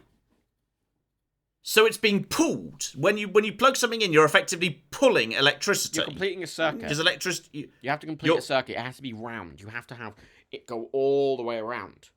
You can't. It's I'm not now just- starting to What's think the being Mac doesn't. okay? Hang on. I'm starting to think the Mac doesn't if know the how charge electricity wibbly- works. No, hang We're talking on. about If the charge circuits. wibbly stuff of the electrons are being pulled in one direction, what's being passed back? Nick, like Fuck, positive charge. They're swapping. It's just charge. That's all it is. It's just charge. It's positive charge Okay, one what side, is negative charge? charge Is the other charge a side. physical It thing? goes Can you whoop, look whoop, at whoop, charge? whoop. Can you look at charge under a microscope? Is it a physical thing? you can't look No, at it's atoms just under a it's microscope. a. Jesus fucking Christ! It's a lack of. It's. I give up. I can't. Damn it. Fuck it. I'm trying to. Explaining. I've just looked up what is electricity in simple words on Google, and I don't understand that explanation either. Electricity to. The problem is, babies. you're asking. Honestly, you're asking. I get the questions you're asking. It's just you're getting into the point where you're having to, you're getting into the physics degree area of like super The problem level is, of detail. I It's can't. really not. It's the- really the, not. The problem here is, I like to understand things by being able to imagine them and see what they look like. And this is at a level where I can't can't. No, you conceive can't. of You it. can't. And the people- I can't conceive of it. When people- And because I can't imagine what it looks like, I can't figure it out in my head. A lot of like when That's the when you're problem. being taught these things, you will often be shown like diagrams and like little animations and stuff like that. And it's not literally how it looks or anything, but it's just to represent. I need one of those representative diagrams, yes, because I need to be able to see it to understand what the fuck's Like, I happening. can't come to your house and show you a diagram, John. Because like I found a little diagram, but it's just like got like a little wind turbine going up to a battery with a wire, and it's just like there's a lightning symbol. It's like, well, that is just skipping the entire explanation. Oh, let me try and find something. Jesus Christ. Like I understand energy made up of charges, but what is charge? Electricity. That's what it is. Okay, now what that's- it now we're just going in fundamentally is. circles. No, that's what it fundamentally is. This. I Flows just in want to rub a fucking balloon on his jumper and work it out. Like you're asking what one of the fundamental things of the universe is. It's a fundamental thing of the universe. Charge is a fundamental thing in the universe. Does everything have charge all the time? Most. Yes, unless it's got no electron. Is If it's this just what a Dan was floating talking about nucleus. earlier? Is this why we're all space, but like we hold together anyway? Is it because the atoms in our body Yes, I are said charged it's to stick together? It's a thing called electrostatic charge, which gives physical mass and push force to anything. So- if there was no electrostatic force, you would just walk through shit. Yeah, Ams wouldn't be So able to. stuff is just stuff is charge neutral. That's how stuff holds together. It's charge neutral. No. There's Some equal amount things of are positive and positively negative, charged meaning and it some- all sticks together. No. So if I'm not charged neutral, am I positive or negative? Because it can get destroyed and shit by things like radiation. Because radiation, the different types of radiation is this. Let's get to radiation. So radiation scales up by how big of a thing has been knocked off. So gamma radiation is like a wave thing, but all the way up to like alpha radiation is just a fucking nucleus on the I always waves. thought that was just a thing they made up in Marvel. Yeah, gamma radiation. Oh, Jesus Christ. What? Good night, everybody! Well, like it's beta radiation is just an electron gone walkabout in it. It knocks other electrons off and it all goes apeshit. I'm talking to Matt here because I assume Matt knows this, but now I really haven't fucking doubts. Here's the thing, right? Here's the thing. I know most things to a decent level, but this is somewhere where you're going to be able to go into the weeds more, Daniel, because you actually did this at a higher level than I did it in an educational setting. Yeah, so, John, it's electrons fucking about the place. The flowing motion of electrical charge. Electricity refers to the amount of imbalance between the quantities of electrons and protons. Oh my god, it's almost as if it's electrons fucking about. Yeah, but you said it wasn't about the number of electrons, but this makes it sound like it is. It's about the difference between the quantities of electrons and protons. It's about the fucking charge wibbling back. Just keep reading. I'm not a teacher, right? I was going to be a teacher and then went, I'm not going to do that because I'm shit at it. Yeah, but I can tell. I've noticed. I've noticed you're fucking shit at explaining electricity. Can you imagine if I was like, what a class, today we can learn about electricity. Yeah, it's basically just electrons fucking about the place. This is what I mean about electricity, in that on a base level it's really simple. Like, how it works is really simple, I think, to grasp. Like, on a technical, like on other... do this and it does that. That's a really easy thing to understand. And then you can understand the basic fundamentals of how it works very easy. But when you start getting into the really specific weeds of how the actual... Which is where I think I want to go, which is where I'm trying to go. Yeah, but you didn't understand that cars... You didn't understand how engines work. How the fuck do you expect to understand how, like, the fundamental underlying principles of the universe work if you, like... Well, hang on. Surely the underlying basic principles of everything should be way simpler than a really complex machine. No.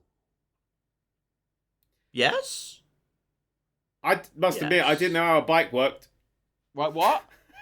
I didn't know how a bike worked. Was this when I wasn't here last time? That was quite shocking, I must admit. I thought I knew how a bike worked. What do you mean you didn't know how a bike worked? I don't know how the gears worked. I didn't know how it changed. I got confused at what a bike looked like. It moves them. You didn't even fucking mention protons, and they seem pretty fucking important. Well, it's just the opposite of electrons, isn't it, mate? It's a We didn't mention that. Well, they're not important. It's the electrons fucking about that's the important bit. Well, surely protons, as they're the opposing charge, have to be relevant to this somehow. They're not important. Like, if there's too many protons fucking about, the electrons can't fuck about. Look, you want to know more about this than honestly we're going to be able to explain to you. Just. I'm trying to put this into Dan terms. I've gone into fucking about language, and I still don't understand it. Oh, just watch a video. Just watch a documentary. Watch an hour-long documentary about how electricity works, and fucking come out of it going, I don't understand. Who's Thomas? You don't understand either. None of you understand. Yeah, I'm not a fucking electrical physicist. Now, you see, this diagram suggests the electrons are actually physically moving, not just the charge. Well, it depends if it's direct or alternating current, doesn't it? Oh, fuck off! Hello, everybody, and welcome to a brief interlude. As I edit this, because I am the editor of the PodCats, as we all know. Shut the fuck up. Basically... This bit went on for about an hour. John just didn't get it, and it was frustrating. You know, it's like watching John play a game. You know how frustrating that can be. It was worse. It was like John at the lowest form of perception, and so we've just snipped just a little, like, 45 minutes out of this, and you will thank us, because if you listen to it, I mean, Matt ate one of his own feet during it, so... Although that was just protest. It was in protest. He was like, John, if you don't stop talking about electricity, I'm going to eat my own foot. And then he did. And now he has to hobble everywhere. Don't be like Matt in any way, people. And it's going to carry on now. Okay, bye, love you. John, do you think you know what electricity is then? Kind of. Repeat after me, John. Okay, let's do it this way. Repeat after me, one word at a time. It's electrons fucking about. Done. It's electrons fucking about, Dan. Done. The main important thing, John, is Correct. that even if you don't fully understand the fundamental principles of how it works, you understand the practicality of how it works. That's the main thing. Plug thing in, thing work. Yeah, fucking rotate. Well, I knew that already. Rotate magnet in ring of copper, make electricity. Rotate magnet in ring of copper. Ah, fuck. In order to make to make the electrons in the copper do a circuit. Oh no! To make the electrons in the copper go round and round and round. Somewhere fucking Where does Alessandro's magnetism gone fit into the wibble? ape shit. Look, John, I've just said the whole point is that you don't necessarily need to understand all the fundamental principles. You just need to understand how it works. And that I don't understand how it works. No, That's the this problem. is the point. If you there's a lot of things you do in your life that you don't understand how it works, but it just does. If you click on the start menu, it opens most of the time, right? Yeah. How? I know. Of course, but John, how do you... I don't know. Exactly. Explain the start menu to me. It's basically a load of brackets and semicolons just fucking about. My point, though, is, John, you understand that clicking the start menu opens the start menu. Even if you don't understand... if you literally just said to me at the start, it's electrons. Electrons flow along wires. That would have been way easier for me to get my head around. Fucking Well, no, 'cause that electrons... sounds like the electrons are separating off and fucking on around wires. Like they're breaking off and stuff. To which be is not fair, right. some models, when they describe electricity, do talk about it in that way. It's just, it can kind of... Electricity is a bit messy, because every sort of model when people are describing it is a little different, because, again, it's so small and... I noticed. I think what's really interesting about the PodCats is that I come into these really aware of what electricity is. And then after an hour of talking to John, I actually don't know if I know what electricity is anymore. Ha! I mean, you admitted. You've no fucking clue. Okay, can I just make I a brief did get, point, like, though? You know what? a degree in this. You know but, what I like, feel good don't about? know. You know what I feel good about? I know how a fucking bicycle works. I know how bicycle gears work. Dan you know how doesn't. bicycle gears Dan work? had no You know how fucking bicycle gears idea. work? You know when there's fucking there is the chain becomes more loose because it is on a smaller gear, right? There's a little arm that sticks out to hold it. Yeah, we taut. figured that out. We figured that out without you No, last time. But no, like, right. If it's on 3 points, if you move 2 of the points, you've still got a triangle of the same size. If the chain is taut, it is still the same size chain. It's not about the size of the chain. It's about guys, it's about I think I've it's about accidentally the fallen gear. too deep into It's about the electric tube. gear it is interacting with. Help! Guys, I've fallen too deep into electrical theory. Do me a favour. I've just come across the word capacitance. It's measured in farads. John, if you want to go to Yes. electrical channel, try electro. John, capacitors and electrical circuits store up electricity, which is why the flux capacitor in Back to the Future works. It's storing up flux, the units of time and time travel and shit. That's what the flux capacitor is. It John, stores that up. makes John, a sense. capacitor's just like a Yeah. tiny battery. Think of it as that. If you ever see a circuit, John, make sure you always touch the capacitor, because that never goes wrong. That never... Okay, you know what I've got out of this? My end understanding of this is a battery is full of atoms where the electrons are going fucking bananas and they're just waiting for somewhere to send the charge because they've got too much charge because they're fucking about too much. Not really, but sure. A reaction happens in the battery that makes the electrons fuck off. There's a but key- they're not fucking There's on a key themselves. point, though, as well. And when we're talking about things fucking off, there's voltage and wattage, which is different. Yeah, well, And amperes. amperes, yes. Yeah. I made a There's a lot of reference to different measurements Alessandro in- volts. There's a lot of different measurements in Volta? how fast everything is moving, where it's moving, in what way it's moving, and in how it's interacting with everything around it. And all of those are different Volts. things. Volts is electrical potential. Fuck, what's watts? What's watts? Wait, fuck, no! John, what are you doing to me? John's like an intelligence vampire, but he doesn't actually take the intelligence, it just disperses out of you slowly. Wait, volts is electrical potential. My brain's gone fucking blank. I hate this fucking podcast so much. Oh no, this I can deal with. This drawing I found just says electricity is basically a hose pipe that pumps electrons. Electricity is like a water flow. If you turn the tap, water flows through the pipe, just like electricity flows through the wire. Fuck yeah, Yeah, but get it. no, but That's no, easy. I think that's a bad thing because that ignores the fact it has to be in a circuit. Mm-hmm. No, it's just like a water pipe. That's what this thing says. Can we end, please? I'm Just- gonna die. just- My head's just gonna like explode. a water I haven't even told the story we were going to tell. What story? Well, we were walking down a motorway at 1:30 in the morning. Oh yeah. Either you should save that for next month, and we should find a comical We're point gonna to end forget. mid-explanation. It is a quite comical point.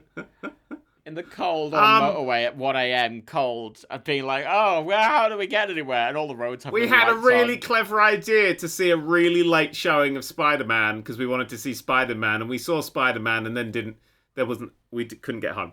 Yeah, got out at 1 a.m. and being like, oh. That's the whole story. Fuck it, that's the whole story. Spider-Man's good. Have you seen Spider-Man yet, John? I have. You have? I mean, it's absolute fucking nonsense bananas, but it's very good fun. Yeah. Yeah. Just like It's- this podcast, but also It's very good fucking fun. dumb and stupid. It makes no sense, but it's actually very fun. Are you talking about the podcast or Spider-Man? Bit of both. Yeah, fair enough. You know which bit really got to me? Okay, so from this point, I mean, spoilers for Spider-Man. I think this bit doesn't even get into the podcast. I think we've probably found a point to cut before this. We definitely have not, because I want content. I'm going for that watch time. Boy. So basically, we'll end on spoilers for Spider-Man, and then we'll fuck off. Alright. So if you haven't seen Spider-Man, you ain't missing anything else. John's not going to tell a hilarious story about how he once mistook jam for a prostitute or something. John, carry on. Can you believe they killed all the Spider-Men? That was weird. John? I was really moved by the fact they took the time to do a tiny, really sweet moment between reformed Otto and Toby Spider-Man. Uh-huh. When he was just saying, how are you doing, my boy? And Toby's just like, yeah, I'm just trying to do better every day. It's like, and that really got to me. They just took a moment out to just have a really wholesome interaction between Toby and Otto. I thought that was just so sweet. Yeah. That just got to me. I liked a lot of the interactions between... It felt like it capped off 3 trilogies. That's what I liked about it. It felt like it capped off the fucking original lot, Sam Raimi's lot, and then whoever made the second one with Andrew Garfield. And then all the MCU stuff kind of capped it all off nicely and neatly. And I like they just kind of basically snuck out the fact actually it turns out this entire trilogy was an origin story This is for the what I next was trilogy. saying, yeah. It's an origin story for the It's Spider-Man. actually an Now origin he's story for defending them another Spider-Man. unrelated trilogy we're going to make next. Well, Tom Holland's going to do another 3, so he announced that, so... yeah. So we're going to get more Tom Holland. But I like that he's now just... Because he didn't really start. He just sort of like... You know, he didn't get his moments. He didn't get his good, solid frigging. You know, he needed something like that. And he got his whole great power, great responsibility quote. And Yeah. it's nice to have... I'm kind of almost disappointed because I thought the Great Power, Great Responsibility was going to be given to him by Toby, which I thought would have been very sweet. Oh, that I would have been did sweet. chuckle If it a had been bit. actually- I chuckled when MJ said it to him because I thought, oh, they're not doing it. That's stupid. Then they reference it later. And I'm like, oh, okay, cool. I like a lot of that feel. I think, yeah, the whole curing them thing doesn't kind of work if you think about it for more than 5 seconds. But it was an easy fix of the script. All you do is... As indeed was the fact that they repeatedly stressed, oh yeah, they all go home to die at Spider-Man's like, no, they don't. Well, I mean... Most of them don't. I'm assuming... Like, one of them dies by Spider-Man's hands. I mean, one. there could be a... Well, no.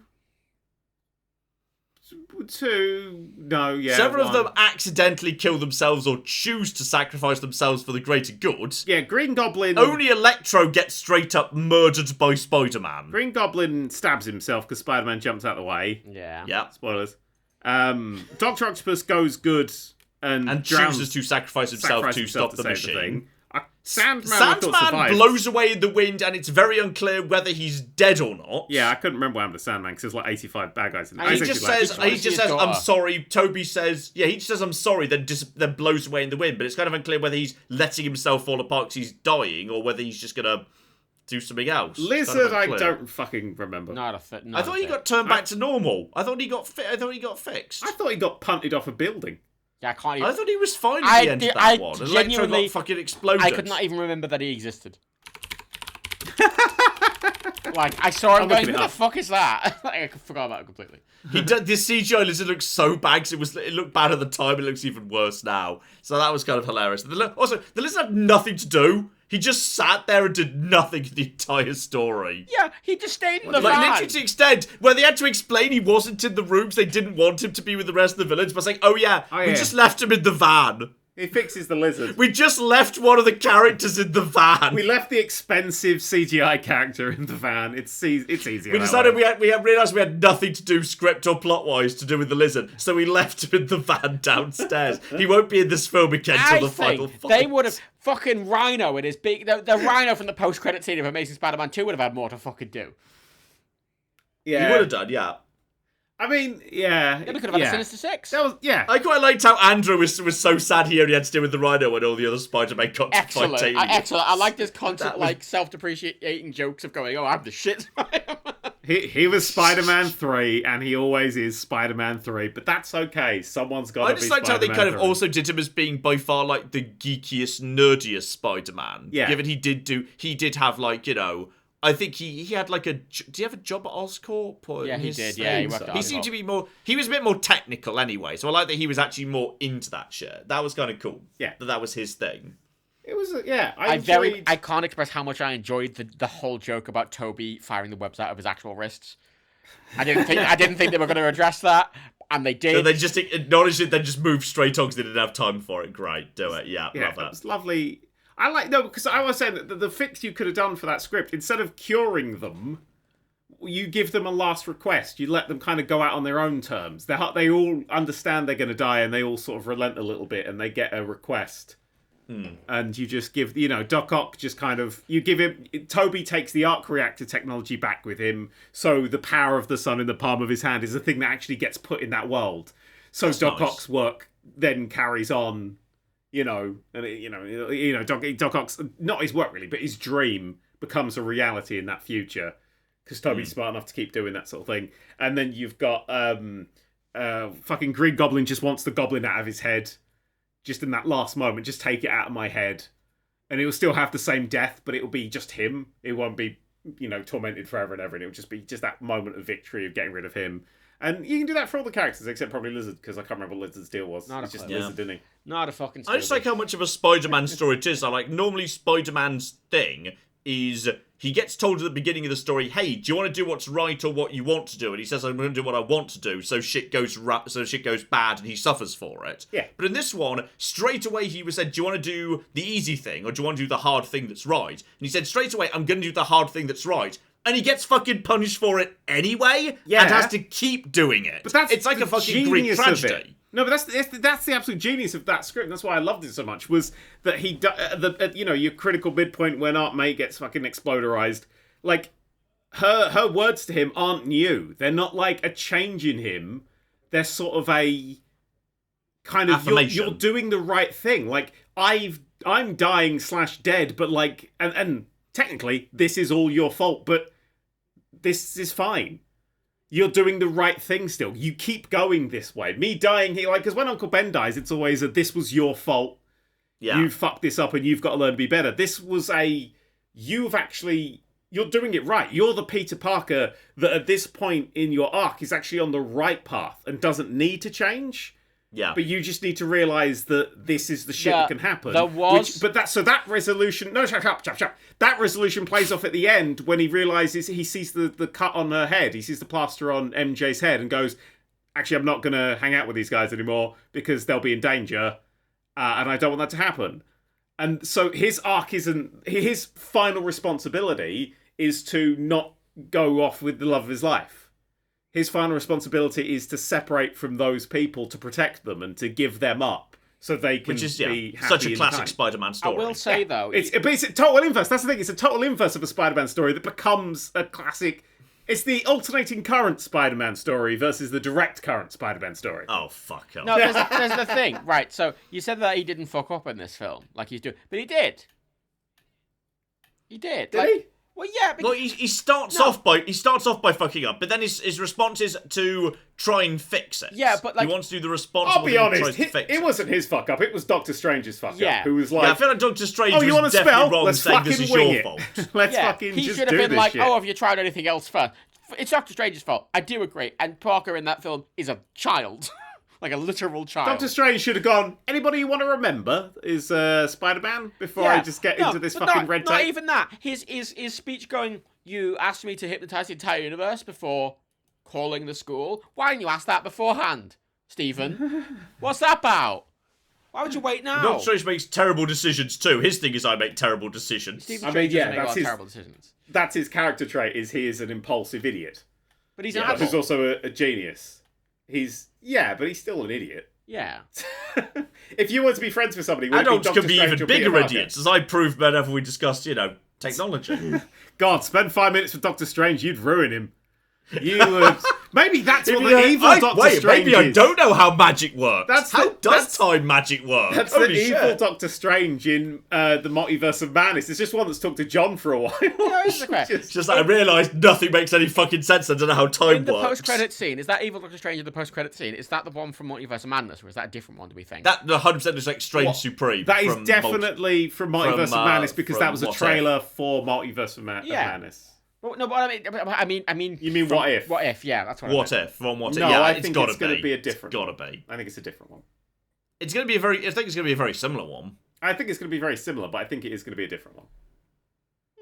I don't know. I think it might be the same one, where they'll kind of hand wave it, so it could just be an Easter egg. It's not necessary. I don't know to how far they're Oh going yeah, with What by If the being way. canon. You know, it's a bit messy. What If? I don't. Well, everything's can be canon now. I mean, yeah. Fucking it just. the fucking previous Sony and Toby films can be canon now. Yeah, I feel like I don't know where the MCU's going, but I'm along for its ride. Because normally it's then again, we're if you heading think towards about the it, big bad. the first wave, the first phase of the MCU, you didn't really know about, Thanos wasn't mentioned at all till after the first big Avengers film at the end of phase 1. We're not at the end of the first phase of, presumably, the phase trilogy we're going into. Well, they're not so... calling them phases anymore. They've said that it's not. They're not thinking about it No, in phases this is anymore. definitely phase 4. It's a continuous sort of go now. It's just like one thing, and basically it's going to be like Kang the Conqueror's whole thing. I think that's what they're. Yeah, calling it. we've got multiverse and we've got fucking massive giants in space. Oh, and I suspect that- we're not going to know where where the big bad boss is until we get Can we to just, by the the next way, Avengers. If we're appreciating film. things that are canon, fucking Matt Murdock, Charlie Cox is Matt Murdock. Yeah, being, Charlie yeah. Cox. That's nice to say, Charlie yeah. Cox is Charlie Matt Murdock fucking being Cox. in universe properly now, because I didn't think they were gonna take those Netflix shows and make them. I know they were technically canon, but I didn't think they were gonna officialize them in a movie, and they have And now. Kingpin. And Kingpin thanks to Hawkeye. God damn it! Spoilers. Haven't seen Spoilers! that yet. John! I mean, it's been hinted in the Yeah, fourth it has been episode, hidden. but But this is the thing. But even then, that means we could see Jessica Jones and Luke Cage and Iron Fist might have. I hope Iron Fist has kind of died accidentally, but Jessica Jones. Iron Fist died on the way back to his home planet. Yeah, Luke Cage. I mean, I didn't find Luke Cage very interesting, but I liked his villains. I like Jessica Jones a lot. She's cool. It's a nice grounded universe for Spider-Man to exist in outside of all the aliens and bullshit. Genuinely. And Tony Yeah, Stark. If now he's going to be Shut down. From now on, Spider-Man's not going to be doing so much Avengers World ending shit. He's just going to be on the ground in New York. Friendly well, neighborhood Spider-Man. That's a good setup for him to run into Daredevil and Jessica Jones genuinely, and whatever. I would love to see a Spider-Man TV show, like a Disney Plus show, actual show, Yeah, with in Tom the Holland. style of the It Daredevil. wouldn't surprise me if they were thinking about it, but they couldn't announce it until Spider-Man. They'd settled No Way Home. It would not surprise me if that was on the docket for the future. I don't think so, just because of the rights or a split between Sony and thinking if it's on Disney Plus and all this sort of shit. I'm not entirely sure that's going to be a thing. fair enough. I'm sure but, something they yeah, I could think they arrange, just do though. more They films. could negotiate that if they really wanted to.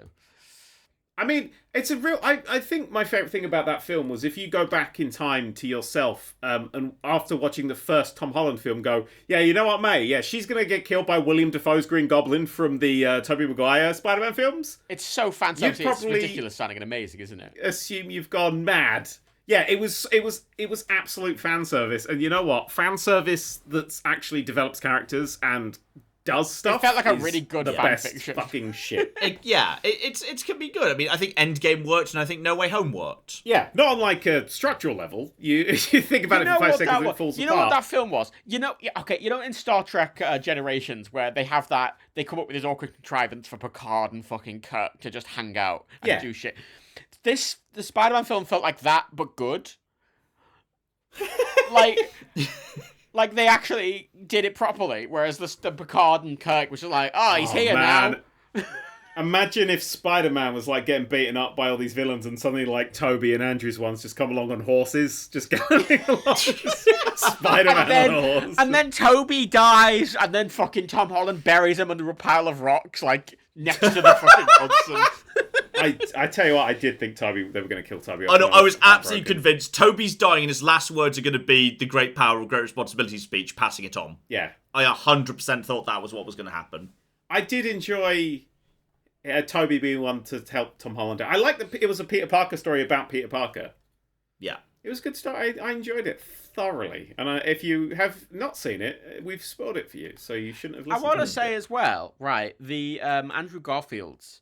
I forgot how much I liked Andrew Garfield as Spider-Man. He's an amazing actor. He's a really, really good actor. This felt like a very different kind of Spider-Man from him. It felt like he was giving it like the 100% beans. No, that's it. It felt like he was really trying, and it came across. His performance was excellent. Tobey Maguire felt like he just walked in wearing like dad clothes, like, "Hello, I've turned up."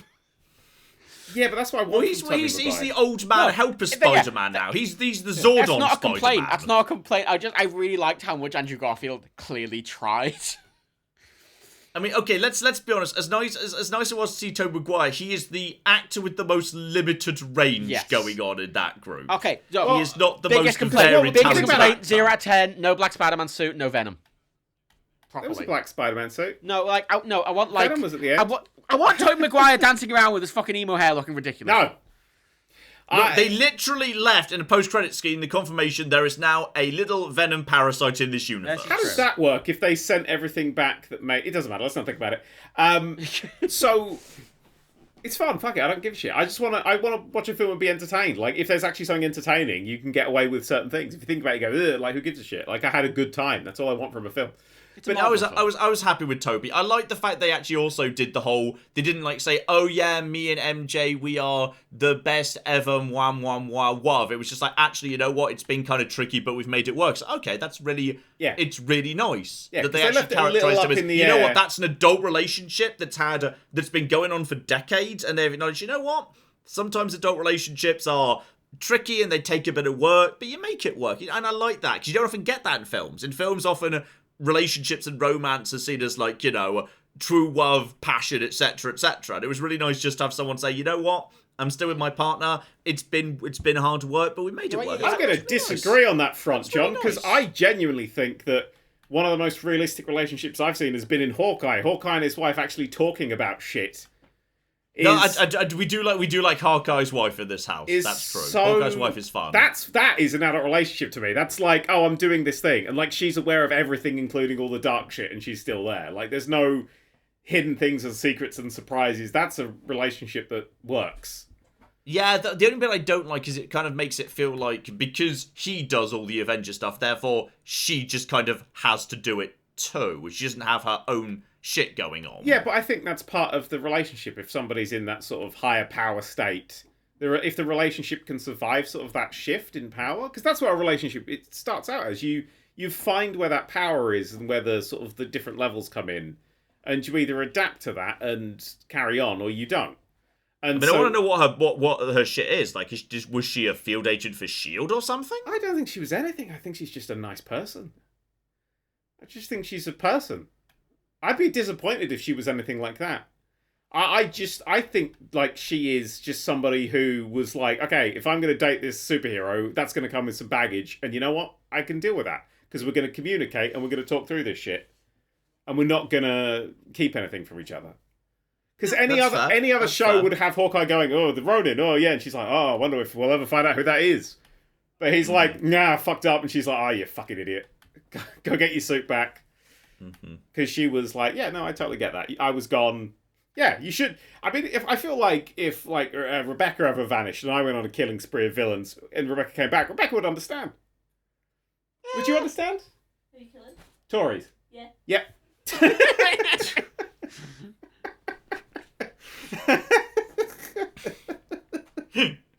That's an adult relationship. But I was going to say, sorry, so... Claire would just come back and I'd just be, swinging bachelor pad, woo! It's like, oh, this is fucking awkward. No, I didn't do... I'm going to be honest, Claire, I moved on pretty fast. Wow. It's just a harem around you. You did literally turn into dust in front of me, so there wasn't really anything to bury, which probably helped speed up the process a bit. Could you imagine hoovering up your dusty wife roommate? just sobbing while you just tears rolling down your face when you get the little tiny hand back. Oh, that's funny. You don't have a service and there's just a Hoover and an open casket. The brand of Hoovers, like the fanciness of the suit, normally, you know. Shit, they're wearing a fucking Dyson Power Max, you know, this fucking other person, Just shit, an off-brand a Henry Hoover, and you've just drawn its eyes closed. Oh, dear. No, I was saying, so because with she's standing right next to something. She's standing next to the cupboard, and unfortunately, her ash has just had underneath it. And you've got to brush down. You know, oh no, which bit's Claire and which bit's just dust. Oh, it's a horrible thing, isn't it? But no, with Tobey Maguire, because they didn't get Spider-Man 4 because the script wasn't good enough, and I feel like it was never really his fault. But I feel like Andrew Garfield's Spider-Man never really resounded as well. I think it's because the films were worse. Yeah, to be perfectly honest. I'm wondering if now there's a possibility of Amazing Spider-Man 3. No. I think they'd be more interested in it now. You know what? I don't say no to that idea now. I don't hate it. I think this forbidden door has been opened, and I think we could actually do that. I feel like because Sony could do it on their own, couldn't they? The way it's been set up, Sony could just the Amazing Spider-Man is just Sony's own Spider-Man, and then Tom Holland's Spider-Man. Yeah, they could just do their own shit now. That might have been the agreement they came to settle sort of the Spider-Man thing, because this film wasn't going to really happen, and then they're like, what if we just brought everyone back? And as you say, I'm more interested in fucking Andrew Garfield's Spider-Man now, if I'm honest. I'm way more likely to go and see Amazing Spider-Man 3 now than I was before this. Yeah, 100%. Precisely, because he came back and I think like Andrew Garfield went like, okay, this didn't go well because people didn't buy me a Spider-Man thing, and he's internalized it and gone, okay, if I ever get that chance again, I'm going to do this, and then came on that script and was like, okay, I'm going to fucking nail this. I like to think that him saying "I love you guys" wasn't in the script. He just wanted to say it. I feel like, that's the that's honestly, his script note. It's like seeing I need all to say I three love you. Spider-Men like having a nice hug was a very nice fight. It's got that you know, like in Endgame or even the Avengers where you just have that nice panning shot of everyone. You're like, fuck yeah! Isn't the fact we're able to get this sort of ridiculous modern movie crossover? Yeah, it felt different to Endgame because Endgame was like this culmination of stuff. This just felt like this fucking never done before. What if all of the previous films were fucking canon? Yeah, no. It's like a Bond film with like fucking, you know, Daniel Craig's about to get beaten up and fucking Pierce Brosnan and Sean Connery turn up and start to kick the shit out. I mean, it's you know what it is? It's Doctor Who. That's what it is. It's the previous Doctors turning up and fucking about. They're always fun episodes. Maybe they're not the best stories and stuff, apart from 50th anniversary, which is great, but they're always, you know, good for a laugh, good time. Mm-hmm. But this was like, imagine if Doctor Who was owned by different companies beforehand. Because it's got so much like backstage shit that you know about that makes this feel like we're never going to see anything like this again. Like, it's this amazing is that going it to happened be at all. Yeah. That's what it is. Yeah. It's an amazing Spider-Man coincidence that this was a thing that ever happened. Oh no, thank you. That's what it felt. It felt like you're watching it like, oh, this feels like this shouldn't be allowed. Yeah. It should be illegal. Yeah, it did actually. It was just a lot of. It was really fun, and yet it might not have been the best. Like the biggest problem with it, I think, is that you cannot really watch it as a standalone movie. You have like a lot of it doesn't really make sense. Let alone if you hadn't seen all the Tom Holland Spider-Man, if you hadn't seen the Sam Raimi films or the Amazing Spider-Man films, it doesn't make it. If anything, out of every film in the MCU, it might require the most other media to make any sense. Oh yeah. And you could pick it apart, like, you know, like when they do the fucking everything wrong with No Way Home, it's going to be like a fucking hour long. Because if you really want to be a dick, you can 100% pick it apart because nothing makes the slightest bit of fucking sense. Yeah, it's fun. But, you know, that's completely missing the point. It was a big celebration of just Spider-Man, just generally. It was like, yeah, Spider-Man, like, excellent. Fun time. But the same way that Into the Spider-Verse was a celebration of lots of new Spider-Men and felt very forward-moving, especially with the animation style. This was very sort of looking back and celebrating what had come before. Yeah. Because Into the Spider-Verse is like, Spider-Man's going to be great forever because look at what we can do. This character is so versatile. I mean, that's the genius, isn't it, of Spider-Man, is it's a full-body costume, so anyone can be under there. Anyone can imagine themselves there. Spider-Man's black. Yeah, fuck it, let's do that thing. Stan Lee said that that's the best thing about Spider-Man. It's totally unintentional, but he absolutely loves that it is just this, anybody can be Spider-Man. Any kid can imagine themselves Spider-Man because it's a full suit. And looking forward, there's just going to be infinite Spider-Man stories, and it was just nice for one to look back at these two people that basically, you know, built Spider-Man up to the moviegoer's sort of perspective. Especially And with when the you guys Sam fucking Raimi Spider-Man movies were the first really big superhero movies, pretty much. Like, the first really big ones, outside of X-Men. I mean, I'm going to argue they were the first Did they good predate the Superman original movies. X-Men? Which came first? That's or X-Men? Oh, that's a question. Spider-Man, I think, was 2001, too, and Spider-Man. X-Men was 97, wasn't it? Well, the original trailer for the first Spider-Man had him swinging between the Twin Towers. Yeah. I remember that putting like a helicopter in them or something. That was the thing I No, remember. Spider-Man is 2002. The original X-Men is 2000. Yeah, so just before.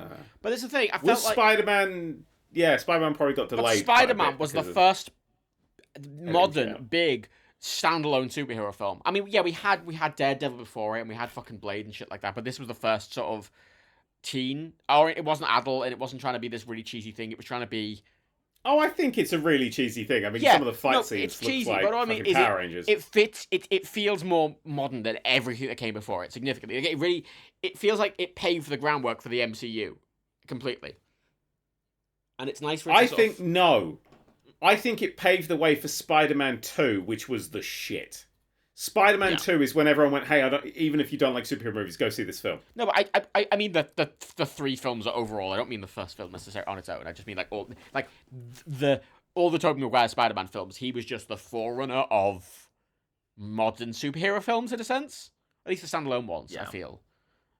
It's perhaps worth noting that, yes, even though X-Men was very successful, Spider-Man was like 3 times more Yeah. successful in terms of And box we never office. would have got- X-Men was a success, but Spider-Man was 3 times bigger. And, Yeah. I don't think Iron Man would have happened unless we had big strides with Marvel, like the big Marvel character Spider-Man before that point in time, And it's nice. Yeah. I don't know. It's cool to see Tobey Maguire like as the OG like superhero in there. Yeah. I mean, I don't know. I mean, the thing is, Marvel, in theory, if they wanted to, they could do the same with X-Men. Like, in theory, if you wanted to, they could fucking bring Patrick Stewart and fucking Ian McKellen in and be like, fuck it, here they are, if they wanted to. I don't think they will. I think there's more logistical challenges there, but, like, it's interesting that they can. Plus, it's worth also remembering that back in 2008, they did release Iron Man and Incredible Hulk like a month apart. Yes. And Incredible Hulk only just made money. Barely, yeah. Yeah. It just turned a profit. Just. Yeah. But, yeah. I enjoyed the fact we got a reference to that in Shang-Chi, which I watched literally before we went to go see Spider-Man because I hadn't seen it yet. I watched 2 Marvel films back to back, and I still enjoyed the second one, so that's fun. Yeah. And they felt like Very very good. different films, because they are. Yeah. I know people like, what's his face? Guy who made a film about a rape that nobody wanted to see for some reason. What? Does sound like a bit of a downer. What's his face? Who did Aliens? Ridley Scott. Ah. He did Last Duel, wasn't it? Which has got it's got a graphic rape scene in it. It's the middle of a pandemic. Why does nobody want to come out to see my film? Oh, maybe because you made a miserable film during a time when people don't want to leave the house. No, it's millennials and their phones, Dan. millennials It's and their millennials phones. and their phones. What That's it is. why. It's the millennials on the phone. Because watching Spider-Man, I had my phone out all of the time. I was just like, boom, up in this bitch. Let's tweet. I want to point out, by the way... You know what I really enjoyed on Twitter, by the way? That I think it was on the launch day in America. The top trend on Twitter was like, don't get caught in a web of spoilers, but the reviews for Spider-Man are in. Followed immediately by, also trending with Andrew Garfield. So, well done.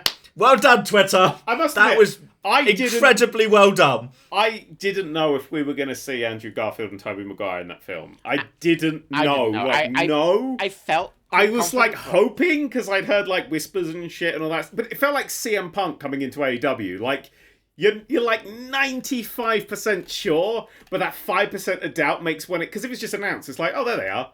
But like that 5% of doubt adds so much to that reveal. Yeah. I know he wasn't on a horse, and I was disappointed about that, but having it Spider-Man, I'll be like, oh shit, come on, that's big eyes. There's big eyes there. And when he came out and took his thing off, it's Andrew Garfield. I legitimately, I can't remember what I did, but I was like. I made a movement with my arms. Yeah. I went, yes. There were a few whoops. There were a yeah. few whoops Yeah. in I my want to showing. point something We out, had by some the way. whoops. The great thing, even though we went to Spider-Man on a Friday night, after it just came out, because Tiny lives in the middle of nowhere. There was no one else in the cinema. It was like there's two other people there. Yeah, I deliberately went for a middle of the day nothing Thursday showing, so it wasn't the first day, and it was like a random showing during the day to try and keep it as empty as possible. Yeah. It's Which it was pretty quiet. Good. I did a COVID test this morning, and I passed. Did you pass? Yeah, I passed. This would be the time. This would be the time to say you're only one room away from me right now. Because for some reason Matt is actually here, but didn't want to be here because he's like, oh, the audio quality shit. Oh no, he's coming. Oh god, no. Oh Jesus. Oh no. Oh no. Oh, dog's gone for Now the real trick would be if he somehow manages to appear behind me afterwards. Hello. That'll be really fucking impressive. Go talk to John now. Okay, he's gonna go talk to John. Okay. Hi, John. Ah! Hi. Well, That would be one hell of an impressive trick right now. holy That shit! reveals I've just at this seen how long point. we've been talking for. Yeah. The longest PodCats ever, possibly. I thought we were an hour in. Okay. No, we're Well, not. I was going to try and finish up now anyway. Well, while Matt finishes himself off, Wow. what have we learnt today? John learnt how electricity worked. No, I didn't. I learnt how electricity worked. No, you didn't. And Matt learnt nothing. That's true. Good night, everybody! I was waiting for a response from Matt, but fuck it, yeah, bye! Bye.